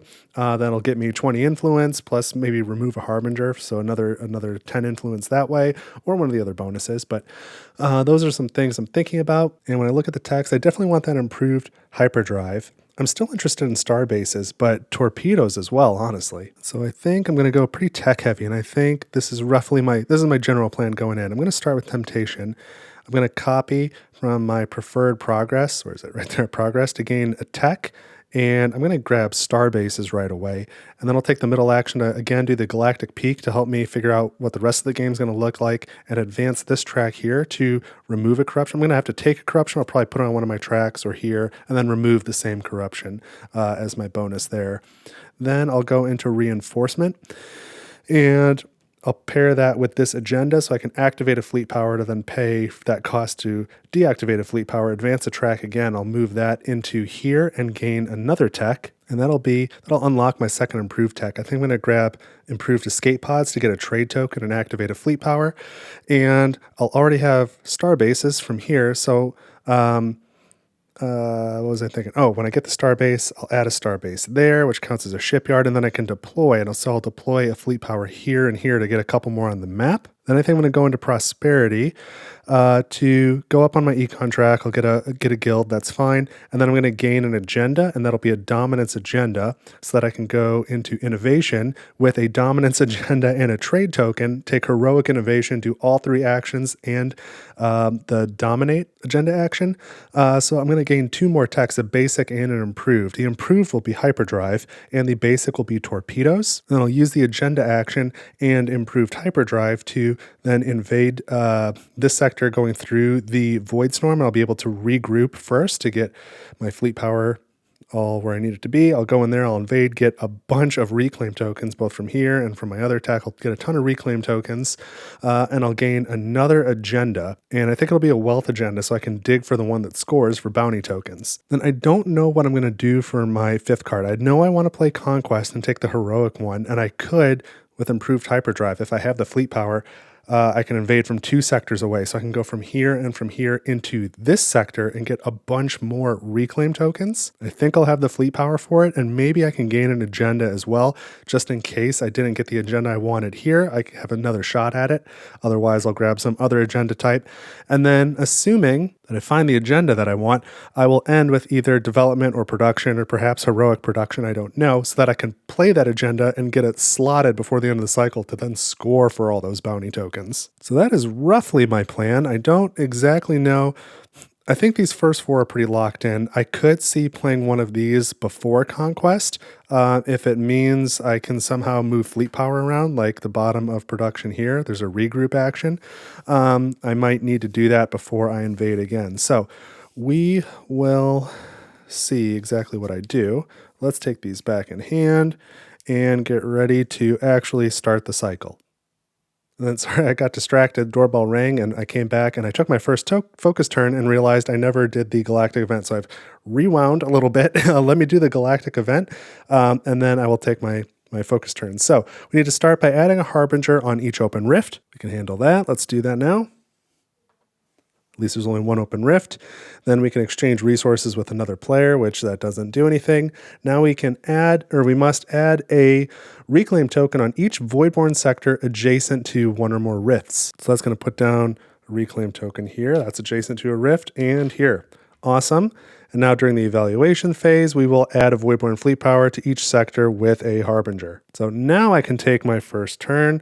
We reveal the alert card. It was a level 1 crisis. So we draw the crisis. It's a general crisis. It says evolving enemy. It says after you gain a tech, choose to also add a Voidborn fleet power on an adjacent Voidborn sector. The immediate penalty is to recall a fleet power or add a Voidborn fleet power to each open rift. So I think that's fine. I'm going to stick to my plan, play Temptation, and I'm going to start with the middle action, and the cost is to gain a corruption. So I'll take that corruption and just place it right here on this empty agenda slot. And now I can advance a track, so I'll advance Statecraft, and the bonus is to remove a corruption. So I'll take that same one back off, and then I can do the Galactic Peak. So I take the top 2 cards off the Galactic deck for Cycle 3, and the 2 that I drew were Final Breath and a Beacon of Hope, which was interesting because they're both 6 turns in the cycle. And so Final Breath says, must fully resolve. Either remove a crisis card and gain a catastrophe, or add a Harbinger to the map, or gain a corruption on your house mat. And then the objectives are to either score 1 pure non-starting agenda, or score your total pure population. If we look at a Beacon of Hope, what this one has you do is first you need to add a Banker's Guild, a Voidborn fleet power, and a sector defense on one adjacent Voidborn sector. Then you need to gain a corruption to your house mat if able, otherwise gain a corruption anywhere. And then you may recall a fleet power to remove a corruption from the same or adjacent sector. Any player who does so gains 6 influence. Then at the end of the cycle, you can gain 5 influence for each pure sector with 1 or more Bankers Guilds, or you can score your pure population. So this was interesting too. The bottom objective on both of these was to score your pure population. So if we look at just the top objectives, I could probably score a lot for pure sectors with Bankers Guilds. If I go after that, I bet I can get 30 influence, no problem with that. Then again, this one, score a pure non-starting agenda, probably won't score 30 with it, but it allows me to be a little bit more flexible. So maybe I might change my mind on what I'm doing and not want to put down a bunch of Bankers Guilds all over the place. So even though I probably score better here, I kind of prefer this left part, and I like the flexibility of Final Breath, so that's what I'm putting on top of the deck. And then I'll take the top action, which doesn't have an inherent cost, to take an action off one of my preferred focuses, which is progress or politics, and I'm going to take this invent action off progress, so I spend 2 science, and then I can gain a tech. So I have 6 science, I spend 2, I go down to 4, and now I'm taking star bases. So when I do that, I gain 4 influence. I go from 34 to 38, and I can place a starbase. And so I will do that up here. Immediately, everything on the card is active, so I can have up to 1 starbase per sector. When I deploy, starbases are treated as shipyards, and if I place a pure starbase, like I just did, I can increase the population in that sector. So the pop here goes from 3 to 4, and now my credit and science levels go up. So my science level is at 3, yield of 2. Now it goes up to level 4, yield is 3. On credits, my yield is 7, it goes up to 8, and my yield went from 3 to 3. It stayed at 3, but those have both gone up. And now I've gained a tech, so I can also add a Voidborn fleet power to an adjacent sector. So we'll do that here. and then that solves this crisis card. So now we can get rid of this alert card, and we go into the second turn, draw the new alert. It is a level 1 again, and so this level 1 crisis is a general crisis, all that glitters. It says, establish a bankers guild while already having one or more bankers guilds. Otherwise, you can skirmish as the immediate penalty, and if you successfully defend against the skirmish, gain 2 influence. I think that's an easy 2 influence for me, but if I happen to want to establish a bankers guild, I could do so right now, and that would accomplish it too. So I suspect I will just do the skirmish, because that's a couple influence, and it shouldn't be an issue. So sticking to my plan, I am playing Reinforcement next and pairing it with this Agenda card. So let's take the Agenda action first. I can activate a fleet power and I can build a guild of any type. And so I guess I might as well do another star base here. Let's put a star base in this sector. Population is pure, so it goes from 2 to 3. So there's an energy guild there, or an engineers guild there. So my level goes from 2 to 3. Yield goes from 1 to 2, and there's a bankers guild, so that level goes from 8 to 9, yield goes from 3 to 4. So that was this action. Now I will take the top action here. I have to deactivate a fleet power, and I can advance a track and place a sector defense. So I will advance a track first. I'm just going to do statecraft track, so I can gain another tech, and I believe now I was doing this one. Yeah, escape pods is next. It's my first improved tech. So technically the basic version goes away, and we'll put this here. I gain 6 influence. So I go from 38 to 44. And what else? I gain a trade token and activate a fleet power. That's great. Let's gain the trade token. What do I want my trade bonus to be? Oh, I want another bounty token because I was going for those. So let's draw another bounty token. And we get an energy and a material or 1 influence. And I can use the resources, so 1 energy, 1 material. So my stockpiles right now are 1 food, 1 energy, 1 material, 8 credits for science. So I'll put that over here. What else now? I've done this, advanced, I gained my tech.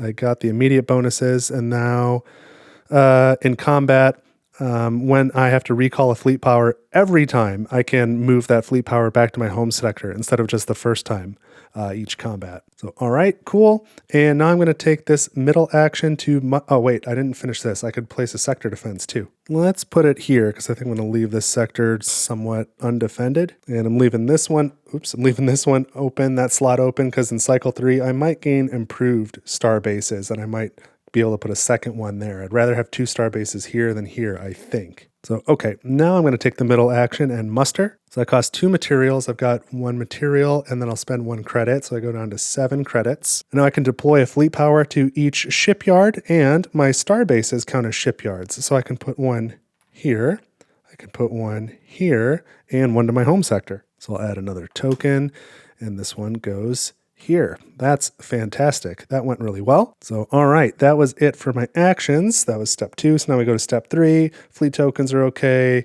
Glory tokens are okay. This played agenda, I'm going to slot here.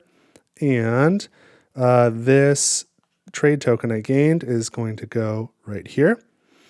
And now I need to solve this. I'm going to go ahead and take the immediate penalty. I'll skirmish. So I have 1 corruption here on my house mat, no modifiers here on the crisis board, and then this modifier for cycles 2 and 3 plus 1 Voidborn fleet power, that is part of this box that only applies to step 1 of the evaluation phase. It doesn't apply to the focus phase at all. We're here, we're in B, we're in the focus phase. That is only for that step. So we're just going to skirmish at 1. So if 1 Voidborn fleet power comes here or here, I've got more than enough defenses to take it out. They can't attack here, so I win the skirmish. So that gets me 2 influence. Wonderful. So I go from 44 to 46 and discard the crisis card and the alert card. 2 turns down, 4 to go. Let's draw the next alert card. It is a level 2 alert. So here's the level 2 crisis. It's a military crisis. Invade with 5 or more fleet power. The immediate penalty is to corrupt one of the civilization tracks. I'm going to stick to my plan and play prosperity. I'm trying to think, am I going to invade with 5 or more fleet power next turn when I do innovation? I'll regroup first. 1, 2, 3, 4. And then I'll have 6 here. I could invade with 5. I think I can make that happen, so I'll probably make that ongoing. That's Convenient. Okay, so I'm playing Prosperity. I'm only going to take 2 actions. I'll take the top action and the bottom action. So we'll start with the top action. That takes 1 material, or costs 1 material. I'm going to use a credit, go from 7 down to 6. And now I can advance my economic track. So this goes up, unlocks another improved tech. So I've got from this track 1, 2, and from this track a third. 3 improved techs unlocked. I've only got 1 improved tech, so I can get 2 more at the moment. Immediately I can establish a guild. And so I'm going to take an engineer's guild and put it here. And I'm doing that for a couple reasons. One, I want to have 3 different guilds in this sector for this scoring criteria. This is each peer sector with 3 or more different guilds. So I don't want to put it here if I'm going to do an engineer's guild, because there'll be 2 of the same type and it won't count. I want to put it here. And then I'm doing an engineer's guild because when I do conquest focus, which I'd still like to do, I can produce energy. So I'm going to need some engineers guilds to make any use of that. And lastly, I still have this plan to dig through this wealth agenda deck and get the agenda that scores for bounty tokens. And if I do that and I play that agenda, that'll let me establish a guild and produce. And when I do that action, I'm going to want to do a farmer's guild so that I can produce food to pay upkeep for the end of this cycle. So that's how I came to this conclusion. So I'm going to put that engineer's guild in that sector, and there's 4 population there. So this level goes up 4 times. It's at level 3 right now.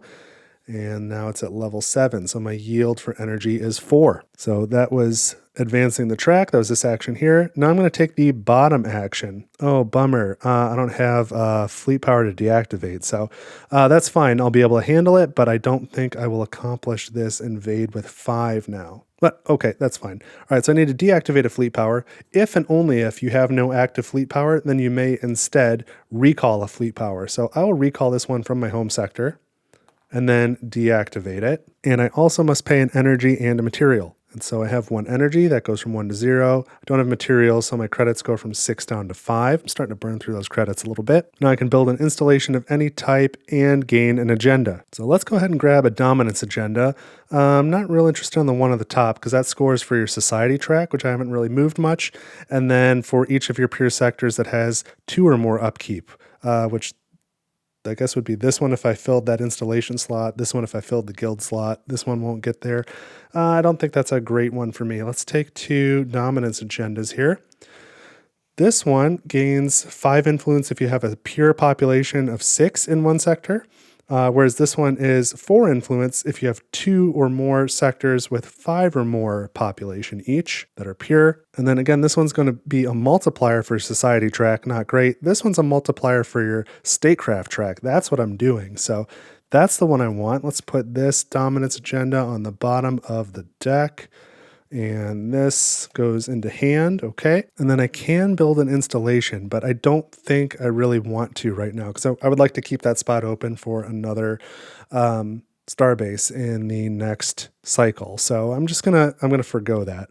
So I've taken 2 actions here on prosperity, and now what am I going to do with this crisis card? Really, I can probably make it happen at some point, but I don't want it to be ongoing for a long time. I don't really want that penalty. I don't want more corruption. So I think I'm going to take another catastrophe token. That's fine. So let's put the catastrophe token here. And again, I can gain 5 resources or remove a corruption. I'm going to get this corruption off my house mat. So now I have no corruption.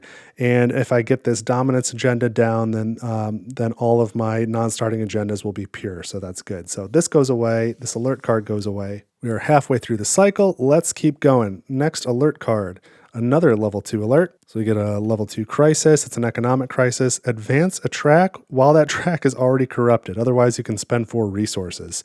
I don't want to really do any of that, but I guess I'd rather spend resources if I've got them. So for my next action, I will play innovation, and I will take heroic innovation, and I will pair it with this dominance agenda I just grabbed, and I will flip this trade token to take all 3 actions. So let's go. This is going to be a big turn. This will be fun. And we will start with, we'll start with this middle action. Oh, actually, it doesn't matter. I'm going to take both the top and middle action before I invade. Because the middle action is what's actually going to allow me to go through the Void Storm. The top action, I'm going to take torpedoes, and that's what's going to let me win the combat, really. But I was wondering, if I invade first and get all these reclaim tokens, maybe they'll put down some bankers guilds or scientist guilds, so maybe I'd like to invade before I produce, but I need to do both those actions before I invade, so it doesn't matter. So we'll just start at the top, spend 4 resources. I'm going to spend 3, I'm going to spend 2 science and 2 credits. So science goes from 4 to 2, credits goes from 5 to 3, and now I can produce credits and science. So I gain 4 credits, so I go from 3 to 7, and I gain 3 science, I go from 2 to 5. Then I can gain a basic tech, and so I'm going to take torpedoes, and that'll be my last basic tech slot. I gain 4 influence for that, so I go from 46 to 50. And if I had any active fleet power, I could deploy a Corvette to my home sector right now, but I don't have any active fleet power, sadly. I do get 2 materials, so I go from 0 to 2. And now, in combat, as long as I have 1 or more Corvette present, I deal 1 extra damage the first salvo step. So that's pretty strong. That was my first action. Now I'm going to take the second action here. No cost, gain an improved tech, and I do have 2 more improved techs unlocked, so I'm going to take Hyperdrive. Again, to take the improved version, you have to have the basic version. This gets discarded. I gain 6 influence for this, so I go from 50 to 56. And I can also place an Engineers Guild. Oh, man. I don't want to place it there because I don't have 2 of the same guilds. Shoot. So I'm gonna skip that bonus, sadly. But now, so same as before, on Conquest Focus, I can produce energy. Before I invade, I can regroup. And then when I invade, I may ignore void storms or move from up to 2 sectors away. So that's super fun. So that was my improved tech. And then I can also remove a Voidborn fleet power from an adjacent sector. I wish I could remove one from here, but I can't. I think I'm going to remove one from here. All things being equal, I'd rather go to this sector than this one, so I'll take one of those. And before I forget, let's go ahead and take the bottom action. That's going to cost 2 resources, and so I'm going to spend those 2 materials that I just got. Don't need those. And now I can gain an agenda, and I can remove a crisis. Forgot about that, so I might as well remove this crisis. So that's dealt with, and now I can gain an agenda, and this is where I'm going to go digging through the wealth deck to hopefully get one that scores for bounty tokens. I think there's a couple of them. That's the one I was looking for. Ooh, that's good too, though. If I have 2 or more improved techs, which I do, and then each pair of bounty tokens is worth 3 influence. With this event, I could get a lot of bounty tokens. Otherwise, if I have 2 or more reclaim tokens, which I absolutely will, get some points and then score my glory. That's not bad either, because I'm about to get a number 4 glory token. But this is the one I've been going for, so that's the one I'm taking. I'll put this on the bottom of the deck. That is pretty cool. And so I've taken all 3 actions on Heroic Innovation, and now I'm going to take this agenda action and invade. And so I'm going to need a couple extra fleet tokens here.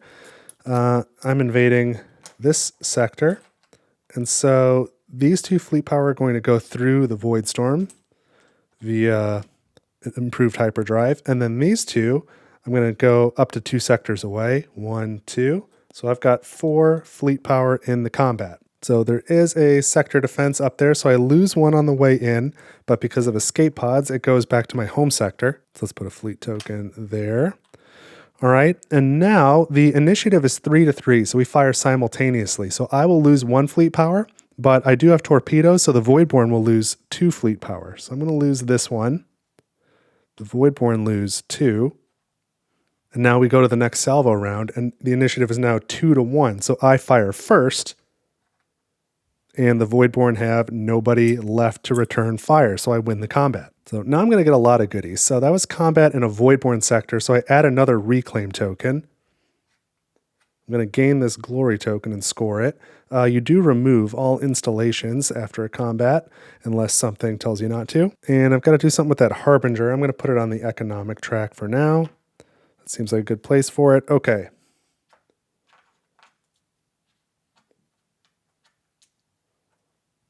So there were 3 reclaim tokens on the sector, plus 1 for salvage scanner. So I get 4 reclaim tokens in that sector. That makes me feel very strong. That is fun. So let's shuffle these up. Just pick the 4 best ones out of here, ideally. 1, 2, 3, and 4. Okay, so let's reveal these. A Scientist Guild for Influence, an Engineers Guild, and activate or deploy to that sector. Nice. Okay. I will take the 2 guilds. I'll take the Scientist Guild and the Engineers Guild. So there we go. That is going to add 4 to my production level for each of those resource types. So Science is at level 4, yield 3. Now it's at level 8, yield 5. And Energy is at level 7, yield 4. Now it's at level 11, yield 10. That's pretty cool. So these were good. This reclaim token here gives me just 4 influence. So I'll take it. I go from 56 to 60. And the last one, I can activate a fleet power or I could deploy to that sector. I'm going to go ahead and activate since I have nothing to deploy. But that's good. That's something I can get back on the map. So now I've got 5 reclaim tokens, and that's going to get me 5 bounty tokens at the end of the cycle. And I've already got 5, so then I'll be at 10 bounty tokens, so that'll score 15 influence. That's not bad. And then I never did score my glory, so 4, 5, 6, 7, 8. So go from 60 to 68. Nice. Yeah, that's actually looking pretty good, because I think what I'm set up to do now with improved hyperdrive is I can target this sector next from home, and from here I can send both of these and one of these and get 3 fleet power in there. I'll lose 1 to the sector defense, but then I'll have the initiative, fire first, win the combat, and I'll get 1, 2, plus a 3rd reclaim token from Salvage Scanner. So that's going to be big. And then I think in cycle 3, I can concentrate on getting the Rift as well as going for the Fallen House sector if I can. So, all right, that was it for my focus actions. The trade token is returned to the Galactic board. I'm going to slot this dominance agenda. Again, all your agendas have to be different types. So I've got wealth, support, and dominance. So I'm good there. Discard this heroic innovation card. And we already cleared the crisis card, so we'll get rid of the alert card. So we've got 2 turns left in the cycle. And I would like to play heroic conquest and take this sector. I wouldn't mind maybe doing heroic production to pair with this agenda and getting 2 population and putting them both here to get a 6 pop sector for the safe haven. But I don't really want to pay the costs of the other 2 actions, so I don't know. We'll see. But let's draw the next alert card. And it is a war card. All right, first one of those we saw. It is cycle 2, so we look at this cycle 2 part. So at the end of this turn, we must resolve the crisis board, which means we're going to have a skirmish. And if we successfully defend, we gain a bounty token. That's great for us. And then we have to pay the economic track. So we can expect to pay an energy and a material. And yeah, right now we've got no corruption here, no modifiers here, no modifiers here. And again, that modifier for skirmishes is only during that step. So right now we'd be skirmishing at 0. So we just want to make sure whatever we do this turn, we can win a skirmish. So we don't want to gain any corruption to our house mat. So I think I'm going to go ahead and play Conquest now to take Heroic Conquest. And I'm going to start. I will start with the top action. So that's going to cost 1 food and 2 energy. I have 1 food and no energy. I think I'm going to pay 3 credits actually. I'm going to go from 7 down to 6, 5, 4. And now I can invade a sector and purify that same sector. I'm going to invade here. I'm going to move these 2 fleet power and I can go 2 sectors with improved hyperdrive. 1, 2. And I'm going to take one of these corvettes. 1, 2. So I'm invading like this, and it is a Voidborn sector. So let's add that reclaim token. All right. So on the way in, there's a sector defense. I lose 1 fleet power, which comes back to my home sector because of escape pods. Okay. And now we go to salvo. I have the initiative 2 to 1. I fire first. I actually fire 2 times with torpedoes. There's only 1 fleet power there. So the Voidborn are defeated and they can't fire back. So good day for me. Now, let's gain this, we'll put glory token here. Got a glory token. Let's gain the 3 reclaim tokens first. So back to the old draw bag here. 1, 2, and 3. I think there's an agenda that scores for reclaim tokens too, which I almost want that one now. I can put in that sector a farmer's guild, a sector defense, and I can activate or deploy. That is very useful. These were all good things. All right, let's put the Farmers Guild down right there. There's a population of 4, so this level goes up by 4. So I'm at a level of 3, yield of 2. I'm at level 7, yield of 4. That is excellent. What else? I can put down a sector defense, and I haven't cleared the installations yet, so I'm just going to leave that one there. It's cleared, and then I put down a sector defense and gain 2 influence. So I go from 68 to 70 influence. Cool. Then I can activate a fleet power or deploy a fleet power to that sector. And I think I would really like to deploy to that sector since I have an active fleet power. Let's get that back on the map. That is very nice. So I've got 8 of these reclaim tokens now. That's a good place to be. And I can purify that sector. So 4 pure population. Nice. And I can still score my glory. So 4, 5, 6, 7, 8, 9, 10, 11. So I go from 70 to 81 influence. That was a great action. My only worry right now is at the end of the cycle, when we do this skirmish, the Voidborn are going to gain +1 fleet power, which is going to bring them up to 1. And right now I don't have a way to defend this sector. If they come in with 1, we're going to annihilate each other and I'll lose the sector. And so that only bums me out because I really want to play Heroic Production and get those 2 population increase to get this to safe haven level. But I think I might need to play development to get some sort of, probably a starbase up there to defend the sector. Otherwise, I'll lose it in the evaluation phase. So that means I'm probably going to forgo this Heroic Production in order to play development. But oh well. So let's keep going. We took this whole action. That was great. Now I can either recall a fleet power to activate 2 fleet power, which could be useful and improve a glory token, or I can regroup, which I don't really need. I can't regroup through the Void Storm. That's only during invading can I go through the Void Storms. Otherwise, I'd regroup this 1, 2, 3, and then my problems would be solved. So the regroup doesn't help, but I could gain an agenda, which is surely a good thing. So I think I will do that. That costs 1 energy and 1 credit. Before I do that, I am playing Conquest. The next thing I'm going to do is I'm going to take this action, this Conquest focus. You may produce energy. So I have 0 energy. I produce 10. So I go up to 10. Now I'm going to take this action, spend 1 energy, go down to 9 and 1 credit. That goes down to 3. I can regroup, and I think I'll move this fleet power to here. I thought about moving it up there, but I think this is a nice flexible spot because if I decide to invade here, I'll need 3 fleet power to get through. I can move 2 in from here and 1 from 2 sectors away like so to take that Fallen House sector. Otherwise, if I decide to go up to the Rift, this is at least, I don't know, I guess a little bit closer. I don't know that this helps me get to the Rift, but if I put it there, it wouldn't help me get to the Rift either. So I don't know. I guess this seems like a decent place. Basically, I don't need it in my home sector because I'm not trying to go anywhere around here. The home sector is not going to get lost. So I'd rather have it in one of these 2 places. And from here, I can get to the Fallen House, and from here, I can't. That's the difference. So, okay, that'll be it for regroup. And then when I think about my agendas, I guess the 2 things I'm thinking about are I don't really need any more wealth agendas. I've dug through that a bit. I don't think I need another dominance agenda.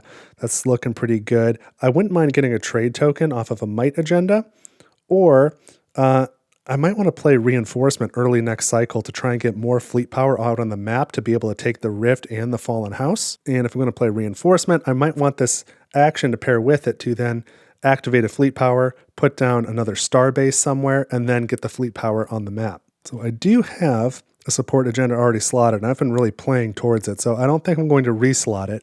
But just in case, this one won't score me anything, let me draw the next 2 support agendas and see if one of those has at least a chance of outscoring this. I definitely don't want a corruption on my agenda slot. That's not good for the end of the game. This scores similar to this. It removes the requirement of the guilds having to be different. This one, they have to be different, but this scores 4 per sector, and this is 5. So that's just not good. This is at least something different. If all my sectors are pure, it gains 7 influence, and then each pure sector with no empty guild slots gains 4 influence.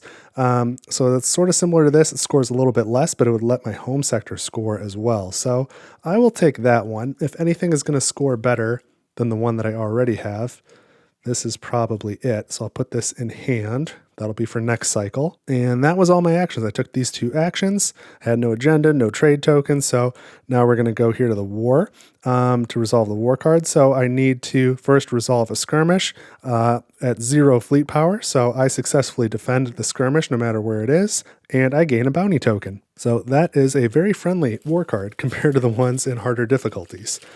Let's gain the bounty token, see what we get. 1 resource of any type. So I will take a credit, please. I go from 3 to 4 credits. Put that bounty token there. And I might need to make a little space for all the tokens I'm about to have. Let's pair off these bounty tokens for easy counting. Okay, so now I need to pay the economic track for the war card. So that is 1 material, 1 energy. I have 1 energy. I have to pay a credit instead of the material. So back down to 3 credits. And that's it for the war card. So this one gets discarded. It does not go back into the war card pile. So when we add a war card during the next preparation phase, we know it won't be this one. It'll be one of the other ones. And Heroic Conquest goes away as well. And we should have 1 turn left. Let's see how many cards we've played here. Temptation, Reinforcement, Prosperity, Innovation, Conquest. We have 1 more turn to take. Great. Let's draw the alert card first. It is a level 1 alert. So let's gain a level 1 crisis. It's a military crisis. Deploy twice in corrupted sectors. Otherwise, you can corrupt the might agenda slot. I might do that. That's why it's called that. So as much as I want that middle action heroic production, I'm going to play development, and I'm going to pair it with this agenda. So I'm going to start with the top action. That is a cost of 1 material. I have no material, so I spend a credit. I go down to 2, and now I can establish a guild or build an installation. So I will build a starbase up there. Unfortunately, the sector is not pure, so it doesn't do anything to my population, but at least it'll help defend it so I don't lose it during the skirmish. Then I will take the middle action here. I am going to recall a fleet power from this sector to then establish a guild and build an installation in that sector. So for the installation, that'll be another star base over here. This sector is pure, so the population goes from 4 to 5, and that means my food level goes up from 7 to 8. The yield is now 5. And for the guild, I'll put down a Bankers Guild. I score a little bit better for them. Doesn't hurt to have another one out there. I think I'd probably like to play Innovation next cycle, so I'll probably produce credits. So those are all good things. So now this level goes up 5. It's at 9. It goes 10, 11, 12, 13, and that's actually the max. It can't go any higher. So I've maxed out my credit production. The yield is at 8 right now. And finally, I can establish a guild and then produce that resource type. And so I'm going to do that up here. And now, let's see. Actually, no, I take that back. I'm going to put that here. I want that in a pure sector. It'll score a little bit better if it's in a pure sector. I want to score this agenda where you get influence for each pure sector with 3 different guilds. These are different. It would be 3 different guilds here, but it's a corrupted sector, so that wouldn't score me anything. So even though the population's a little higher, I'll do it here. I'll still have enough population to do what I want to do. So that goes up by 3. I'm at level 8. It goes to 9, 10, 11. My yield is 10, and now I produce that resource type. I have 1 food, so I'm going to go up to 11 food. Between my 11 food and my 8 energy, I'll be able to pay for my upkeep. So that seems like a pretty good deal. So I've taken all of my actions.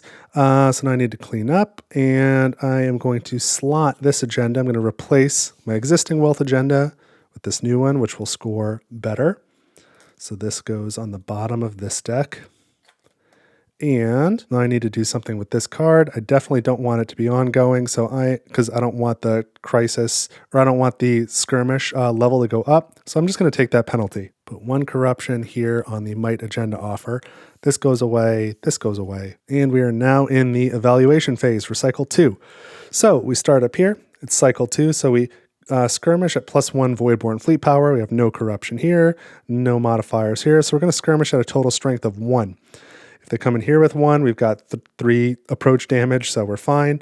If we come here with 1, 2 approach damage, we're okay. If they come in here with 1, there's an approach damage. If they come in here with 1, there's 2 approach damage. So they can't even get to the salvo step. We survive the skirmish. Now we need to pay the economic track 1 material and 1 energy. So the energy will go from 8 to 7. I don't have any materials, so my credits goes from 2 to 1. Very low on credits now. Now it is the upkeep step, and I've got 2, 4, 6, 8 upkeep from slotted agendas. plus a 9th, 10th, 11, 12. 12 upkeep. And I have 11 food. So I spent all my food, and then I can spend 2 energy, go from 7 down to 5 for that last upkeep. So I've satisfied all the upkeep. I don't lose any influence, but I am pretty low on resources now. And then we will check for safe havens. And sadly, I don't have any pure populations with 6, or pure sectors with 6 population and 3 guilds. So I don't get to build any levels of safe haven. So I haven't done anything here yet, but I think I'll still be all right. And the timing here doesn't really matter, but let's do this thing now. Let's not forget during the evaluation phase, you usually probably start with this, but it doesn't affect anything. Add 1 Voidborn fleet power on each sector with a Harbinger. So this sector can't hold any more Voidborn fleet power, so we just skip it. This one can gain a Harbinger though, and so can this one. And so can the Rift. That's going to need another token. The Rift can have up to 3 Voidborn fleet tokens. So, okay, we did that. Now let's check the Galactic event. And we evaluate both of these. We don't have 0 catastrophes, so we don't do the bottom. But on the top, we gain a bounty token for each reclaim token we have. We have 8 reclaim tokens. So that worked out pretty well. Let's grab 8 bounty tokens. 1, 2, 3... Come on. 4, 5, 6. This is going to be my whole economy for the following cycle. 7, 8. That's wild. So let's line these up. What are we going to get? A lot of resources. Maybe we'll just try and go left or right here. Okay. So the first one, food and an energy. I'll take 1 each. Great. Material and a science. Yep, I'll take 1 each of those. 2 materials or an influence. I'll take the materials. 1, 2. I think I'm just going to take all these. A food and a material. Then an energy and a material. 2 food and 2 materials. Wow, a lot of materials. So in my stockpiles, I now have 4 food, 7 energy, 7 materials, 1 credit, and 6 science. So that should keep me going for quite a while with having to play a card to produce resources. I'll probably play innovation because I want to play it anyway. And that'll get me some credits, which would be great. Otherwise, I think I'm in pretty good shape. I probably won't need to produce anything. Okay, so we did this. Now we score all of our pure agendas. So we'll start with our starting agenda. Do we have any pure sectors with 5 population? I do have 1. That'll get me 3 influence. So go from 81 to 84. I have no pure sectors with 6 population. Every pure bankers guild will get me 1 influence. So 1, 2, 3, and 4. That gets me to 88. And then each pure guild gets me an influence. 1, 2, 3, 4, 5, 6, 7, 8, 9, 10. Again, these are corrupted, so we don't count those. So another 10, that gets me to 98. Next, if I have 2, or at least 2, improved techs, which I do, I gain 4 influence. That gets me to 102. Okay. And then each pair of bounty tokens is worth 3 influence. So let's count the pairs. 1, 2, 3, 4, 5, 6, 7 times 3 is 21. Awesome. So that gets me to 123. Next, if I have 10 or more upkeep, which I did, I had 8, 9, 10, 11, 12 upkeep. Yeah, that's right, 12 upkeep. So I had enough. That gets me 6 influence. That gets me to 129. Then for each pure sector with 3 different guilds, 1 and 2, 5 influence each. So that's another 10. That gets me to 139. Next, if I have 2 pure sectors with 5 or more population, I've only got 1. I'm close. I'll get there next time. And then multiply my pure statecraft track. It's tier 2 times 4. So that's only 8 influence. That's actually not very good. 147. That is my weak card right now. If I'm going to replace something, it'll be that one. So I'm at 147 influence at the end of cycle 2. And then I'm not going to do it right now, but if you go through this whole formula here, score for the Voidborn. They start at 60 influence on easy mode, 30 for the Rift, 20 for each incomplete safe haven, 20 for each catastrophe token, 10 for each harbinger on the map, 5 for each consumed tech, 5 for each ongoing crisis, 3 for each fallen house card on the map, 2 for each corruption in the game, and 1 for each population in a Voidborn sector. That puts them around 250, and I'm at around 150. So over the course of cycle 3, I'm trying to get the Voidborn score down by about 50 and mine up by about 50.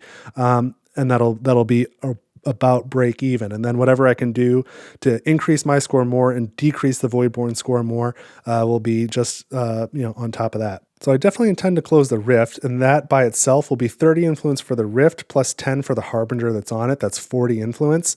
So that's nearly the 50 I need. I think I can complete a safe haven as well. So I'm not really too worried about getting the Voidborn score down, and I think I can definitely get my score up quite a bit as well. I've got some glory tokens here. I can invade 1 or 2 more times and score those again. That'll be good. And then if I can purify this sector, get a guild down that's different than these two, get a guild over here that's different than these two.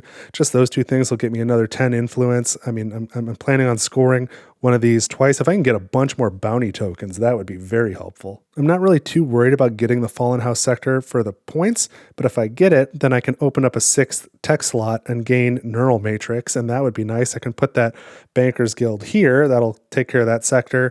If I can do that before I play Innovation, then I can get a lot more credits. Not that I'm really hurting for resources, but that would be cool. So those are some things I'm thinking about going into cycle 3.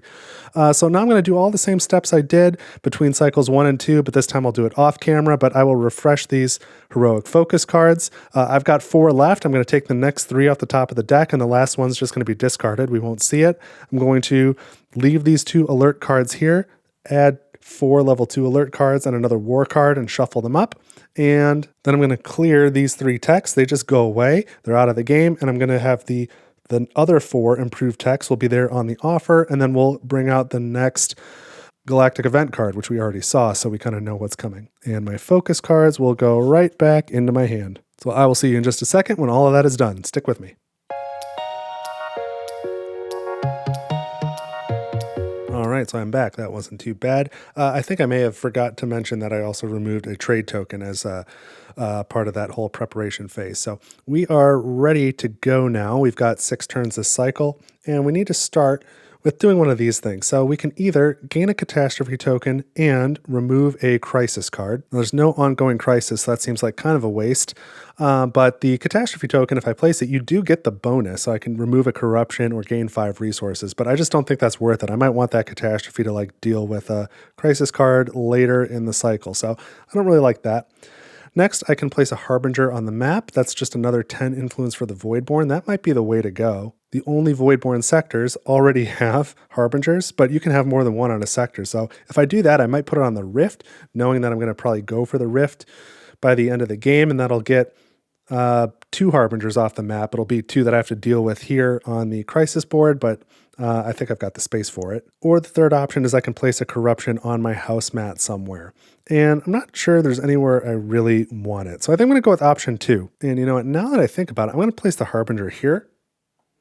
I think that's the sector I care about the least, because I see we've got Heroic Prosperity and Heroic Politics, and each of those can remove a Harbinger. And just overall, I'm not really worried about the 10 influence, I don't think. I think I'm going to be fine. I don't really want to clog up my crisis board if I don't have to. So, all right, we've done that. Now at the end of the cycle, we can either score 1 pure non-starting agenda, or our pure population. So it'll definitely be the agenda, probably be this one. We'll see if I can get some more bounty tokens. And then, yeah, our heroic cards are prosperity, reinforcement, and politics.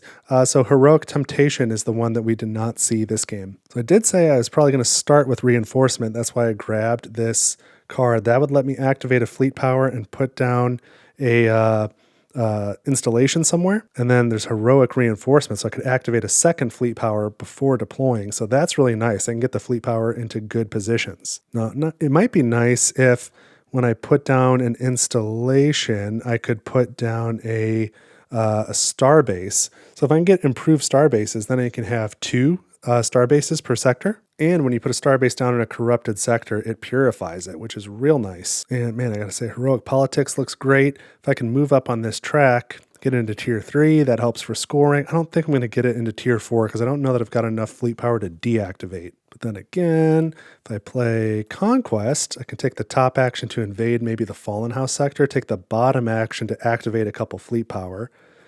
Don't have a lot of activations available. Yeah, I really want to play all 3 of these. I think most important on Prosperity would be the top and middle action, because that could get me a trade token and a trade token, which can then let me take 3 actions on 2 other cards, one of them being Politics, which would get me another trade token. And this would be a good one. The cost, I could get rid of that sector defense. I don't need that upkeep because I've got so much other upkeep.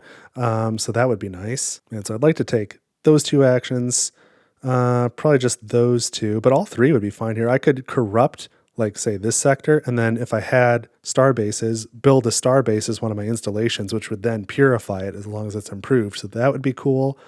I want to take all 3 of those. So let's see, Prosperity and Reinforcement and Politics are all things that I want to do. Conquest would not be bad at all. That would be a second invade action. The 2 places, again, that I want to invade would be the Fallen House and the Rift. If I had to pick 2. Innovation would be good because I'm kind of out of credits. I could do that to gain the tech that I'm talking about getting before Reinforcement. Temptation's a little less appealing now, although it would let me activate and deploy. And copy and action is still good, but the Galactic Peak is of no use to me now. Probably don't need Progress. Development, production, not too worried about.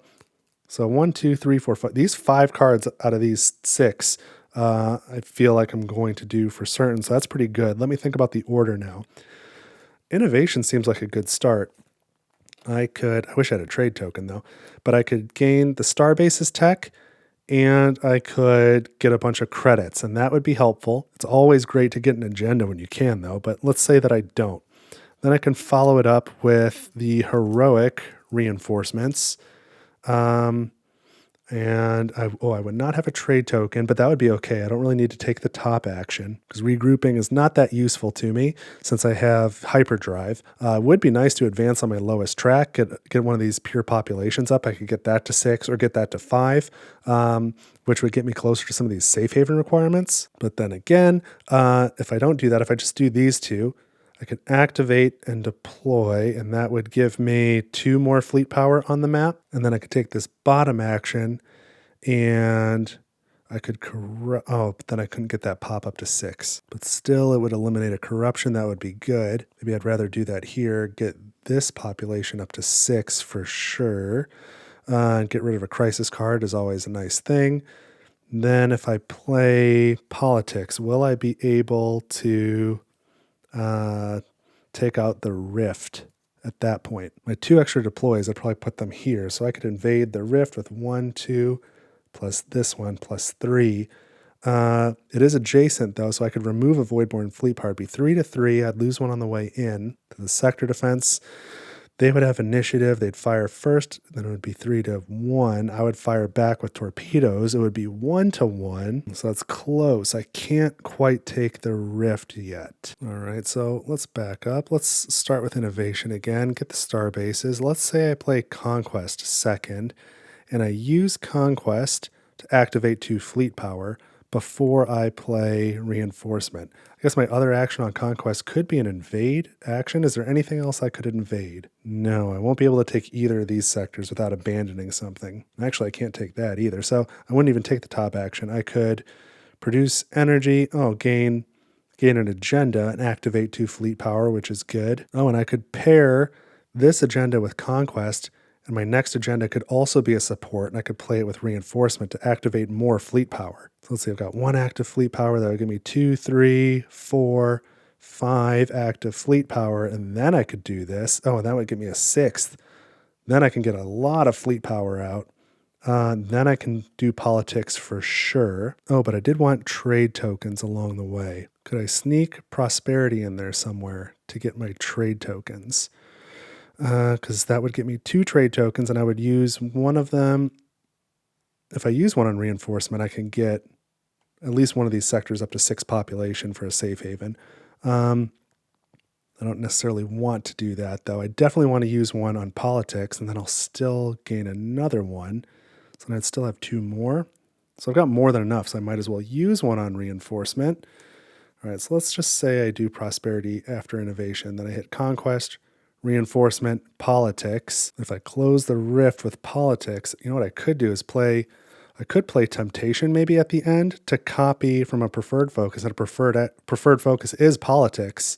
And I could take the invade action again and maybe get the fallen house at the end. If not, I'm sure I won't need progress at all, but I'm sure I could score points off production or development. So those are other options. So I think this is looking pretty good, using heroic, prosperity, and reinforcement and politics in that order. That was kind of my thought process, at least me thinking out loud. We'll see if it works, if it makes any sense, but that's what I'm going to try. The only thing I didn't like was I was kind of swapping support agendas, like just burning through support agendas for the actions, and it would be nice to get rid of this dominance agenda because it's not scoring that great. How deep into this is politics? If I do that after I invade, then I can deactivate. I'm trying to figure out how high I can move up that track. If I do politics and then temptation, I could potentially get this into tier 4, which would score like crazy. And it would help with the safe havens.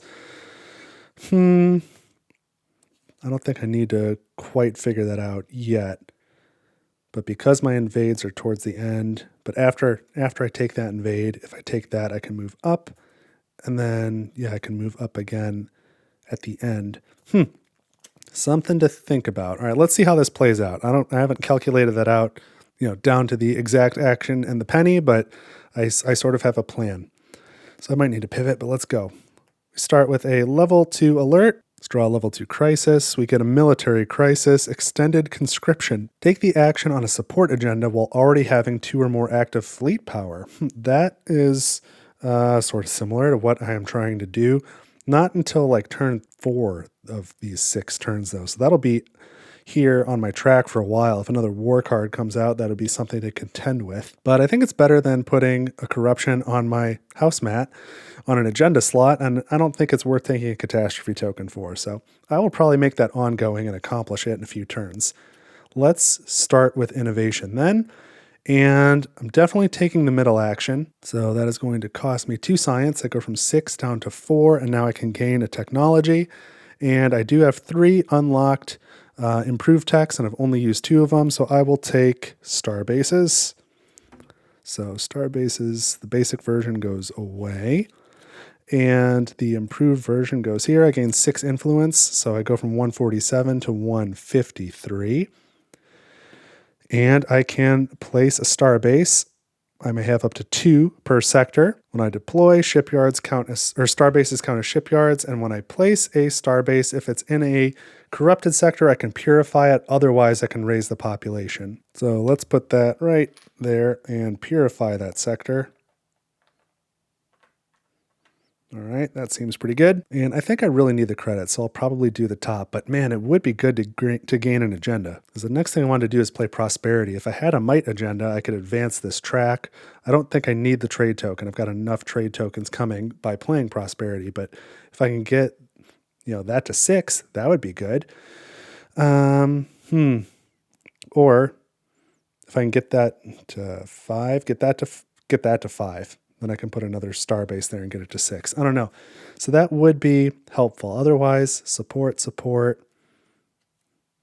then politics, and then temptation. So I don't think I need another dominance agenda action. I could grab a wealth just in case I play development or production instead of temptation. Boy. Don't know. I just don't think I want the corruption anywhere, so I probably wouldn't take the might agenda. I guess I could take a support agenda now and put the decision off a little bit, because this is turn 1, and whatever agenda I grab, I'm really going to be playing at turn 6, and I don't know if I'm going to be playing temptation and need dominance, or if I'm going to be playing production or development and need wealth. But you know what? The whole thing's moot. I'm going to take the top action. Forget it. I'm going to spend 2 food, go from 4 down to 2, and now I can produce science. So I have 4, my yield is 5, so I go up to 9 science, and produce credits. I have 1, my yield is 8, so I go up to 9 credits. and then gain 1 influence for each pure Banker's Guild or Scientist Guild that I have. So 1, 2, 3, 4, 5, 6 influence. That gets me to 159 from 153. Okay, 2 actions, we're good, and I will make this ongoing. I think I can take care of that later. We get rid of the alert card, and we move on with our lives. Take the next alert card. Another level 2 alert, so level 2 crisis. It's economic. Increase a pure population to 6. Otherwise, I can recall a fleet power. I think I'm definitely going to do that somewhere. I know I want to. So I'm going to play Prosperity to take Heroic Prosperity. And I'll take the top 2 actions on this. So let's start with the top action. It costs 2 resources. I've got more science than I know what to do with, so I've got 9 science. I'm going to spend 2 science, go down to 7. Then I can advance my econ track and gain 4 resources. I wonder if I want to take 4 food. I've got 9 credits. Do I want to have 13 credits? I don't know if I need that much. Because I've got so much of this. I've got so much energy and materials. 7 energy, 7 materials. That'll get me a long way. So it's a matter of, am I going to need it during the cycle, or am I going to need it during upkeep? So what have I got here? 14 plus 9 is 23 resources. That's a lot. Yeah, I think I have more resources than I need already. So I'm gonna take food. I'm gonna go from 2 to 6 to help me start getting ready for upkeep. Then I can advance the economic track and gain a trade token. So I take that, and I will take a bounty token. Keep that score going up. Let's get some bounty tokens. And this one is 1 resource of any type. So let's put that here. Just start a new row. What do I want to do? I could take another food, because I don't know if I'm going to produce food at any point during this cycle, and I will have a lot of upkeep. I'm going to have certainly 8. Well, maybe I'll have a trade token left over or 2. We'll take a credit here just in case. 10 credits. Okay, now what? Now the middle action. I have to remove a non-home guild, which is too bad. I'd love to remove my home guild because that one's not doing anything for me. But I don't think I'll get anything more out of my scientist guilds. So I'm going to remove this one. Slide that over. Doesn't really need to slide over, but I'm going to do it. And now my science production goes down. It's just level 4 now instead of 8. So I go from 8 down to 4. Because I've already produced science, I've got a ton of it. I don't really need that. If I'm going to have a safe haven sector, it's going to be this one. And if I'm going to have 2, I think it'll probably be this one. But okay, now I've paid the cost. I can gain a trade token. There we go. Ooh, I can activate a fleet power or gain a bounty token. How many fleet power am I going to have again? Yeah, I am. I'm going to activate. I think that's better than a bounty token. Because I'm going to want to deactivate. Now I can plan on getting this track all the way up, and that would be super helpful. So I'll take the fleet power. And now I can remove a Harbinger from the map. And these 2 sectors are exactly equal, except for this one has 1 more glory. So if I was going to invade one of these, it would probably be this one. I'm not going to take the one off the rift because I know I'm going to invade that and get it off the board. I don't really care about this sector. I'm just going to leave those 2 there. I would rather this sector have 0 than both of these have 1. That doesn't really get me anything. So, all right, we've removed a Harbinger, and that was all my actions. So now Heroic Prosperity goes away, and I'm going to slot my trade tokens here and here. And what else? We need to take care of this. I will probably make this ongoing because I think I'm going to accomplish that. So that goes here on this side of the Harbinger. And this card goes away now. And next turn, another level 2 crisis. And we get an economic crisis. While resolving a progress focus, trigger overproduction of science. I'm not going to do that. I don't think I'm planning on playing progress, nor do I have the science production. But the immediate penalty is just skirmish at +1 Voidborn fleet power. I might be able to do that. But I've got this modifier of 1, so it'd be at 2. I can still do that.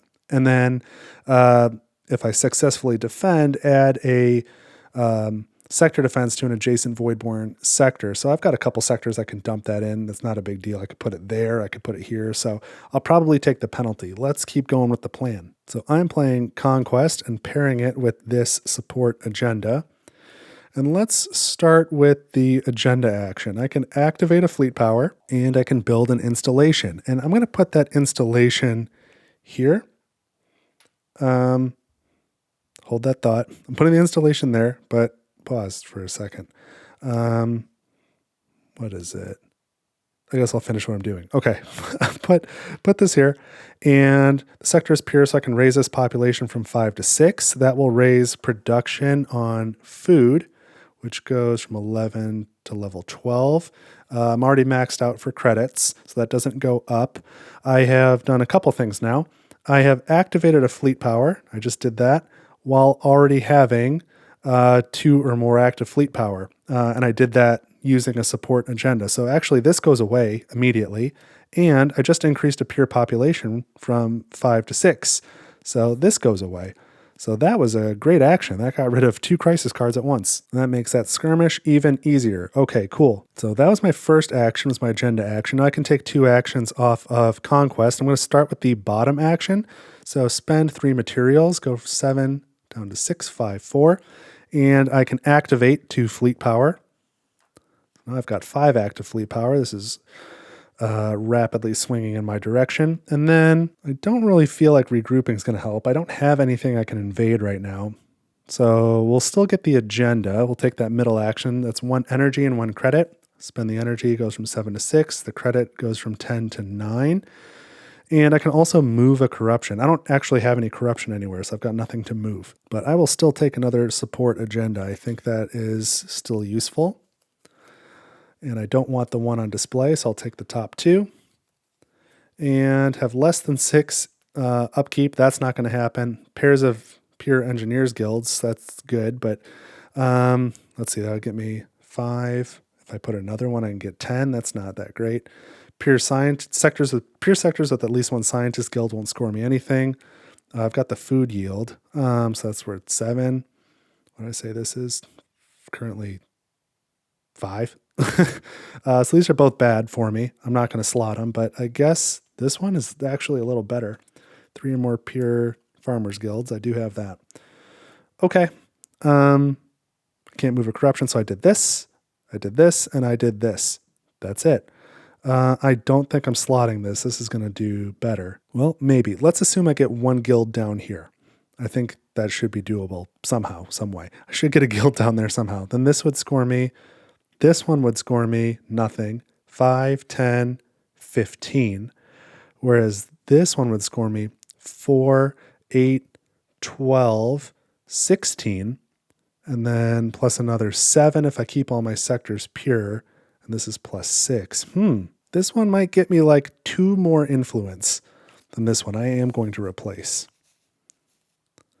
After all the work I've done of having 3 different guilds, now I just want no empty guild slots. Okay, so that's interesting. And now as for this crisis, I will take the immediate penalty. I'm going to skirmish at +1. So I'm starting at 0, 0. I'm starting at 0, so Voidborn skirmish at 1. I have more than enough approach damage in all of my sectors, so I successfully defend, and then we need to add a sector defense to the to a Voidborn sector. And let's do this one back here. I really don't care about that sector. Okay, so that's done. Get rid of the alert card. So I think, what is that? Is that halfway? Is that more than half? That's 3. Innovation, Prosperity, Conquest. Let's keep it going. Next card. Oh, level 1. Nice. So after you, this is a military crisis called Power Leak. After you build a sector defense, choose to also spend 1 energy. You may not use credits. Otherwise, you can add a Voidborn fleet power to an adjacent sector. I wouldn't mind just dumping a Voidborn fleet power right there. That'd be fine with me. That sector has become a dumping ground, and it's really not a bad idea to have one of those. So I think I'm going to play now Reinforcement to take Heroic Reinforcement, pair it with this agenda, and I think I'm using a trade token because it ended up being like, why not? Yeah, because if I use 1 here, I'll have 1 left. I'll use it on politics next turn, but that'll get me another trade token going into the last turn. So I can use a trade token on every card going forward. So I might as well, unless I think I can't afford the upkeep or the action's not worth the cost. But yeah, this will be good. I will use a trade token. Cool. Let's do that. let me start with I was going to say agenda action. I have regrets though. I would like to use this, advance the lowest track, and the action here to advance the lowest track, increase the pure population here to 5, and then use this to do a star base that gets me to 6. And then that's one safe haven, get a guild there. That'll finish a safe haven. But then for this action, I have to take a corruption, and I would like to put it in a sector where I can then put a star base, which would then remove the corruption. But that would only work in this sector. But you know what? I really want to get this to 6. I think it's okay. I'll corrupt a sector and I'll figure it out. I've got some ideas. I think if I end with temptation and I'll use this to advance a track, I'll corrupt a track at that point. That's fine. But if I copy off of progress, I can remove I could recall a fleet power from a sector to remove a corruption from it. And that might not be a bad idea. So, okay, we will start with with the agenda action. I will activate a fleet power and build an installation. Ooh, but I almost forgot. This installation needs to be a shipyard up here. There we go. So that way I can get more fleet power where I need it by the rift. I'll get a star base there later. Okay, so I've done the agenda action. Now I'm going to do this top action, I suppose. No, there's no rush. I don't need to do the top. I'll do the middle action. That costs 4 materials. I have 4 materials, so that goes down to 0. And now I can activate a fleet power, and now I can deploy to each shipyard. I have got 7 fleet power, and my star bases count as shipyard. So how many places can I go to? 1, 2, 3, 4, 5, 6, 7, 8. Okay, so I can go almost everywhere. I'll need a couple fleet tokens on the non-corrupted side. All right, so I'm going to send 3 to this sector. So that looks pretty good. And I'm going to send 2 to this sector. Like so, for the 2 star bases. And then I've still got 2 more I can deploy. And I'm going to put, where do I want to do this? I was going to put 2 here. I think I'm going to, what do I want to do? Let's put them both here, actually. I think that's what I want to do. Okay, because that gives me the option again to maybe get this Fallen House sector later. Or if not, I'll probably put this corruption here and then recall a fleet power from there later. So I've done this action, I've done this action. Let's do the top action now. So that costs 4 resources. Let's do 4... what do I want to do? Let's do 3 science, go from 7 to 4. Oh, we'll just do 4 science, go from 7 to 3. I think that'll be fine. And now I can gain 4 resources. Let's gain 4 more food, go from 6 to 10. And I can advance my lowest civilization track, which is society, so that goes up. And I can raise a pure population, so let's do this one from 4 to 5, which then adjusts production levels. Credits are already maxed. Science goes from 4 to 5. Energy goes from 11 to 12.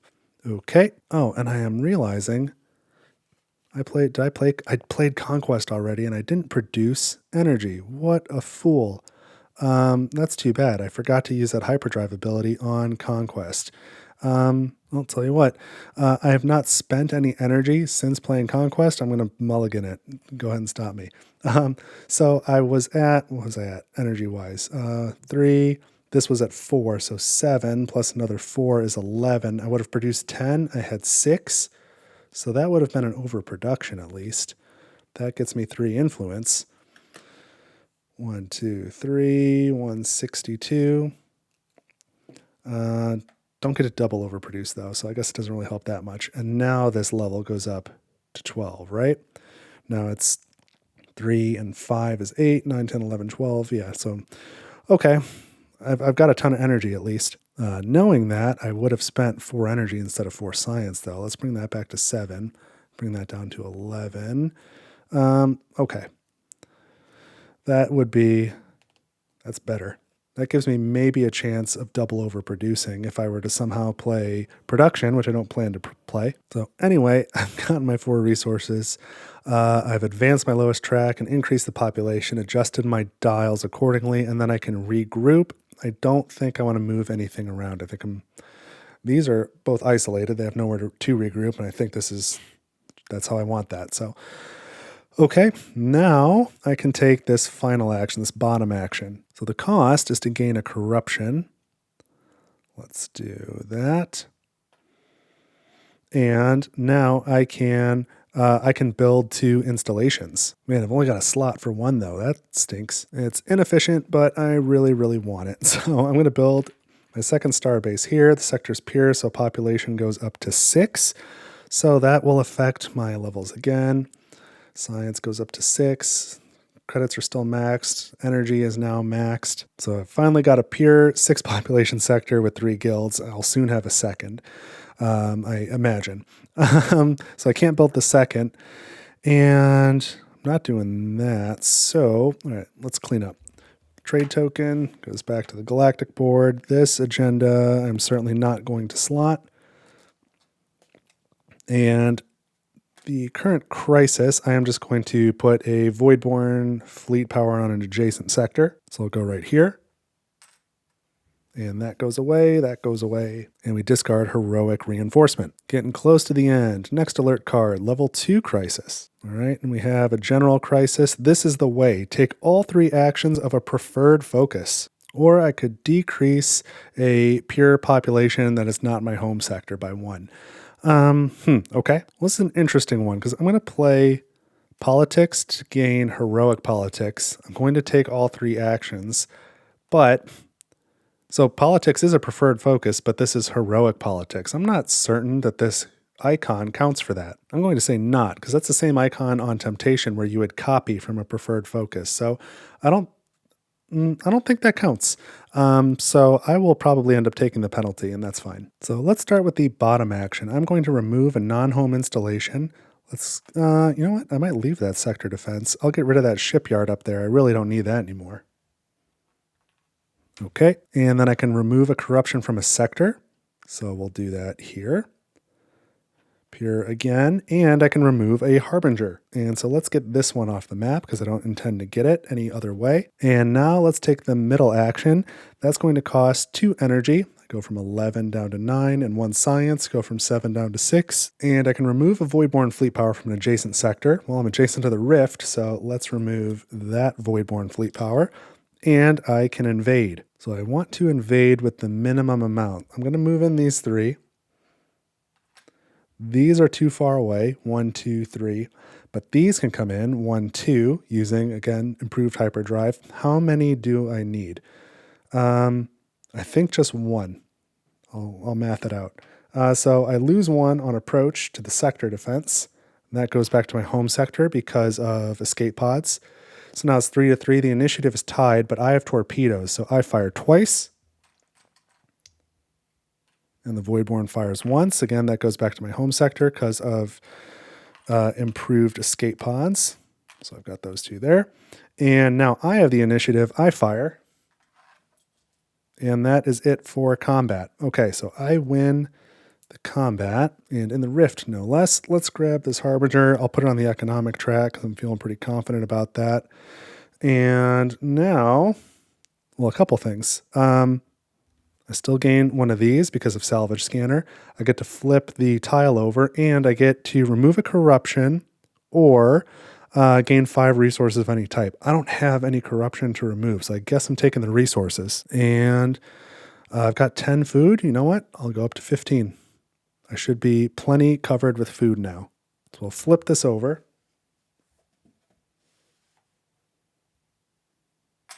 And it gets a pure population of 1. And we got a reclaim token there, again from Salvage Scanner. Let's see what that does for us, if anything. I can build a sector defense and gain 2 influence. Doesn't hurt anything. Let's do it. Take the sector defense, take the 2 influence. I'm up to 164. And what else? Now I score my glory. So we got 4, 5, 6, 7, 8, 9, 10, 11. So that's 175 from 164. And that is it for that action. So now we take the top action. That costs 2 credits. I go from 9 to 7. And 1 science, go from 6 to 5. And I can gain a trade token. Let's do that first. And I'm going to gain a bounty token to complete another pair. And so I want something with influence because it's the end of the game. I don't need any resources. There, I can gain an energy and a science or 1 influence. So I'll take 1 influence. 176. And now I can advance my society or my statecraft track, which means I need to deactivate a fleet power. I have no active fleet power, so in this case I can take one from the map and I'll take it from my home sector. Don't really need it there, I don't think. And then deactivate it, and now this goes up. And I can upgrade a glory token. Let's do this one from 4 to 5. Here we go. And then I can score my glory. So 5 plus 6 is 11, plus 1 is 12. I'm at 176. So I go to 188. So that was good. That is the end of all 3 actions. So I'm going to return this trade token to the Galactic board and slot the other one. And Heroic Politics goes away. That's discarded. And I'll go ahead and take this penalty just to be safe. Let's bring this, let's do this one from 4 down to 3. So that really doesn't matter much to me. So what does that do production-wise? We've got 3, 6 is 9, 10, 11, 12 for energy. Yes, this goes down 1. Okay, so these cards are both discarded. And I draw 1 more alert card. It's level 1 crisis. So we didn't get that last war card, huh? Okay, level 1 crisis. And we get a general crisis, imprecise research. When you gain a basic tech, choose to not gain the +4 influence or gain one without +4 influence. I might actually be able to pull that off. Or I can spend 2 science, and that would be super easy. So I think I'm playing Temptation. I don't know if I am taking all 3 actions. I suppose I could, because I have the trade token, but let's walk through it. Let's see, this one, I would definitely just advance this track to get it into tier 4. I'd have to recall 2 fleet power. I'd take 1 from here and probably 1 from here. So that would leave 3 and 3 in those 2 sectors. Keep that in mind. And the corruption would just go here on my society track to do that. And getting into tier 4 would build a level of safe haven. I've got 2 peer sector. Well, I'll get back to that. 1 level of safe haven. Keep that in mind. Then I could activate and deploy to my home sector. I don't know if that gets me anything. And I could I could produce 2 different resources, and if I did that, I could do food and energy and overproduce them both, and then that would build me a level of safe haven. So that would complete a safe haven. Ooh, and then I could remove a corruption when that happens. So I'd be down to 1 corruption on my house mat. And then the third action, I would copy the invade action from politics. I would invade here. I've got 3 and 3, so I could bring 1 and 2. And that would be enough to take this sector. I could take 2 and 2 and then take this sector and have 2 left over, 2 fleet power left over. And then I could gain another tech, and it would be Neural Matrix, which would solve this if I ignore the 4 influence. I could put the guild here, meaning there would be 3 guilds in that sector, which would score for this.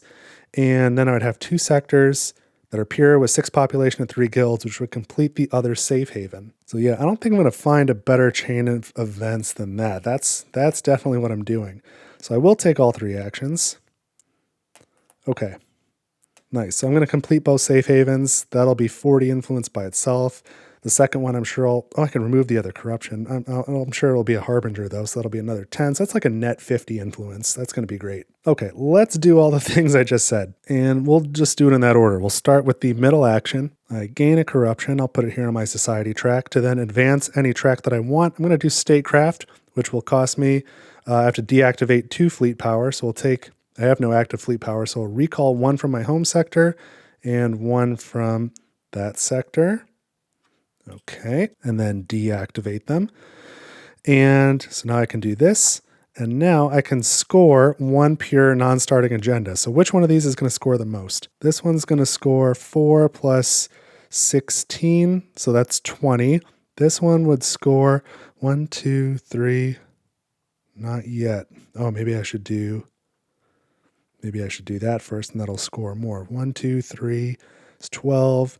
That would make it 16 plus another 7 would be 23 if I take this action later. Pin in that. This one, I've got 1, 2, 3, 4, 5, 6, 7, 8 pairs. That's 24. Okay, so I'm just going to do this anyway.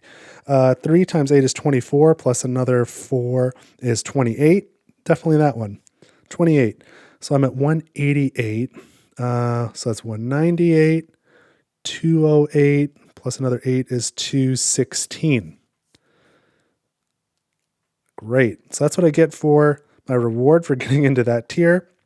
Plus, I entered tier 4 on a civilization track, so I can build 1 level of safe haven. We'll just go right there. So that's the first action.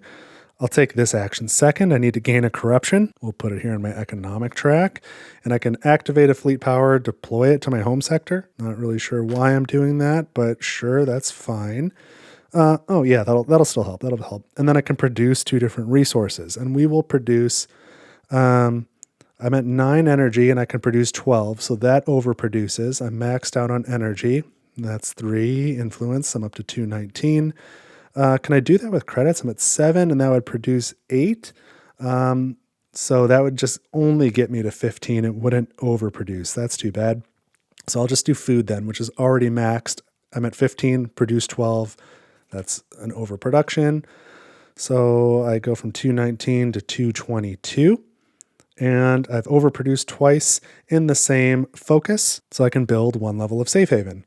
That goes right here, and I've completed a safe haven, so I can gain any of those bonuses. Let's remove a corruption. I could do a harbinger, but then when I get to that evaluation phase in skirmish, if I had 1, 2 starting plus a third, then I'd be looking at losing sectors, and I don't really want to do that. So, okay, we've taken these 2 actions. Let's take the top action now. Copy something from a preferred focus. Politics, I'm going to take this middle action. That's going to cost 2 energy. It goes down to 13. And 1 credit, that goes down to 6. To improve a glory token, so let's turn one of these 3s into a 4. So upgraded glory token. And invade, and let's invade this fallen house. So I can come in with these 2. I can come in with this one, 1, 2. And really that would be enough, but I don't want to lose it in the skirmish. So let's just bring these 2 as well. 1, 2. So I come in with 5 fleet power. I lose 2 to the sector defenses, which just come back to my home. And I've got 3 left over. So I win the combat here.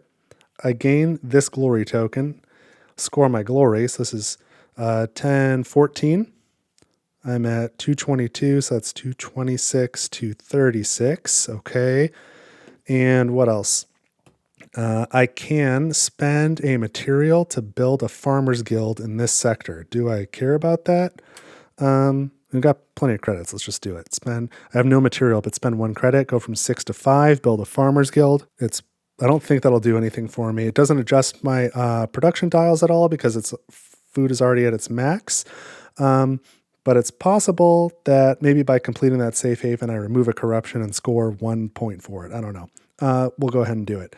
And then we gain a basic tech, either neural matrix or terraforming. We're taking neural matrix because terraforming was burned a long time ago. So there's neural matrix. It's got 4 influence. If I choose not to take the influence, then I can solve that crisis. But I've got plenty of science. I'm going to take the influence. So it's 4 influence. I'm at 236. That goes to 240. And I can build a banker's guild. And so I'm going to do that right there. And again, I don't adjust the dials because my credits were already maxed. So now I need to slot this. So I'm going to slot it. I have a 6th tech slot by liberating that fallen house. So I'll just put that there. Make room for my tokens. Okay. And that was, well, I guess that was it for that action. Oh, also, that was not a Voidborn sector, so I don't get to put a reclaim token there. Okay. Now, what? Now, that was the end of my turn, so I need to clean up.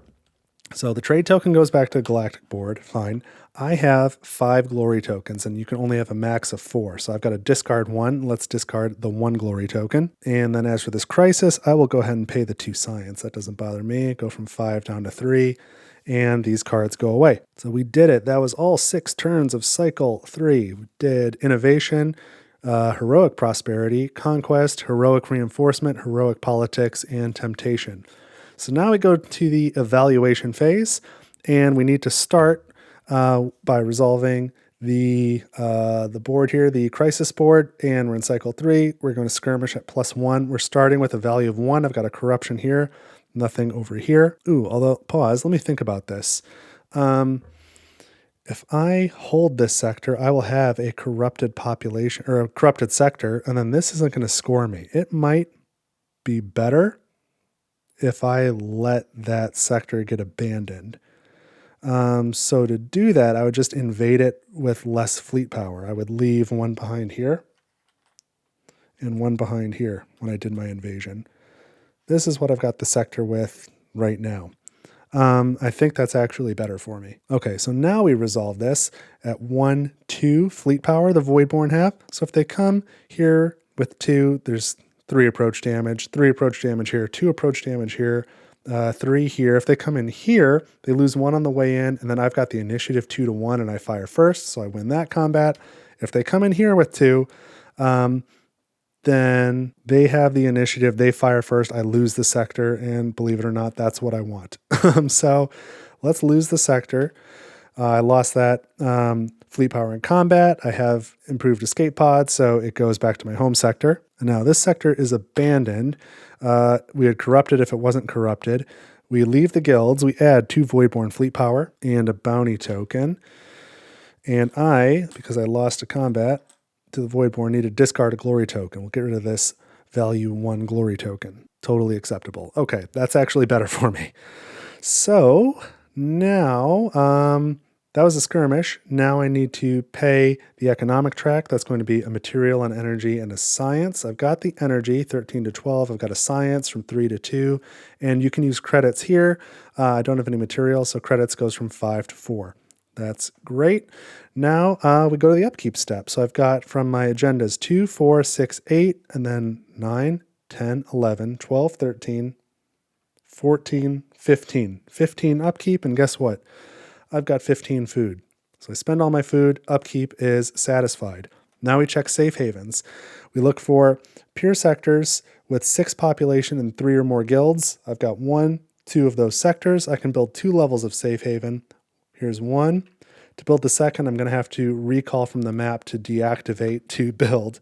And now I can gain 1 of the rewards. And I don't need resources. I don't need to deploy fleet power, though sometimes at the end of the game I do deploy fleet power if I've got an agenda that will score well for that.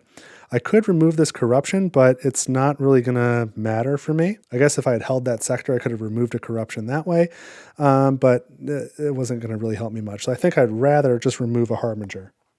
10 influence right there. That is a good trade. All right, so that was the safe haven step. Now, step 3, Galactic event. I can score a pure agenda, a non-starting agenda, or score my pure population. I don't think it's going to be the population. I've got 12, 13, 14, 15, 16, 17, 18, 19, 20, 21. Whereas this agenda is, again, 1, 2, 3, 4, 5, 6, 7, 8 pairs. That's 24 plus 4 is 28. This one is going to go 16, 20. This one is going to be 1, 2, 3, 4 times 4 is 16 plus 7 is 23. So yeah, it's going to be this one, 28. I'm going to take the top one, get 28 influence. I'm at 240. So that is now 268. And now the final step is to score my my pure agendas. So we'll start with my starting agenda. I don't have any pure sectors with 5 population, but I have 2 with 6 population, and those are worth 6 each. So I go from 168 to 180. Then each pure Bankers Guild is worth 1. I've got 1, 2, 3, 4, 5. So I'm at 185. And then each pure guild is worth 1. 1, 2, 3, 4, 5, 6, 7, 8, 9, 10, 11, 12. So that's 297. Next up, if I, well, we already did this one. It's 28, right? I've got 2 or more improved techs. I've got 24 for my bounty tokens. So I'm at 197, or I'm at 297 plus 28, 765. That's going to be 325. Okay. Next up, 0 pure sectors, I get 7 influence. And that is the case because I got rid of that corrupted sector. So 7 influence there. That's going to get me to 32. Next up, each pure sector with no empty guild slots is worth 4. So that's 4, 8, 12, 16. So 332 to 338, 348. And finally, on this dominance agenda, if I have 2 or more pure sectors with 5 or more population, I've got that, and that's 4 influence, so that's 352.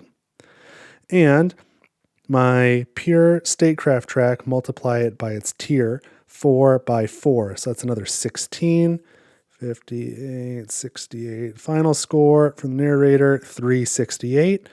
Pretty confident we beat the Voidborn, but let's take a look. So I just go ahead and get another of these scoring tiles for the Voidborn. We're playing on easy mode. So they start at 60 influence. It tells you there and it tells you here. And then we just go across. There are no empty rifts, no incomplete safe havens. Open rifts would be 30 influence each. Incomplete safe havens are 20 each. Catastrophe tokens are 20 each. I've got 2 of those. So that's 40. So that gets the Voidborn to 100.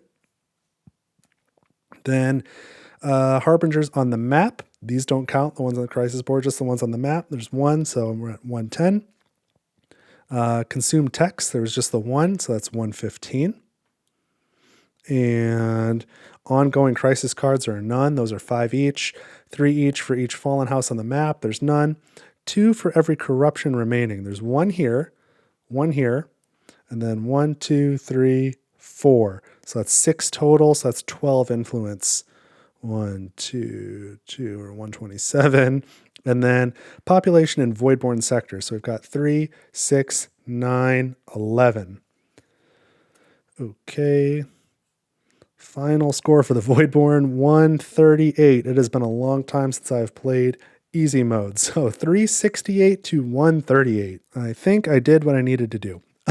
So this was a pretty long video. I think it was a long recording. I can tell you that, for playing the first map, but it's because I really tried to explain everything I was doing in as much detail as I could. So hopefully if you're new to Voidfall, this was helpful. Again, I would be happy to answer questions for you down in the comments if you have any. I do frequently make mistakes. There's a lot going on, and I get up and walk away from the table more than you might think. There's a lot of distractions. So if I made a mistake, let me know that as well. Check the comments to see if I've made a mistake, but I try my best, and if I catch it in editing, I always put it on the screen. And then don't forget, I've got a whole playlist of Voidfall content, lots of rules videos, lots of playthroughs. I've done the tutorial multiple times. I've played all of the base game solo maps on medium mode and on hard mode, and I will continue to play more. Definitely some Resurgence content will be coming once that arrives sometime in 2027, and I'll at least be making some rules videos for the last Novark and going over some of those things because I've got, a better understanding of it than anyone on the planet right now. So if you're into Voidfall, be sure to subscribe to the channel, like the video so that I know you like it, leave some comments. I am sincere. People are surprised sometimes, but I do like talking to people in the comments. So if you've got something you want to say, please feel free and I will respond to you. I respond to everything I can in those comments. So, and then if you like the channel and you want to help support it, please go to my Ko-fi page, ko-fi, link in the description. It is my main source of income for this channel. So it is super helpful and important to me and very, very much appreciated. So again, to everyone who has done that, thank you very much. Otherwise, that's what I've got for you this time on Table for One. I hope you enjoyed it. I hope you have an awesome week, and I will see you in the next video.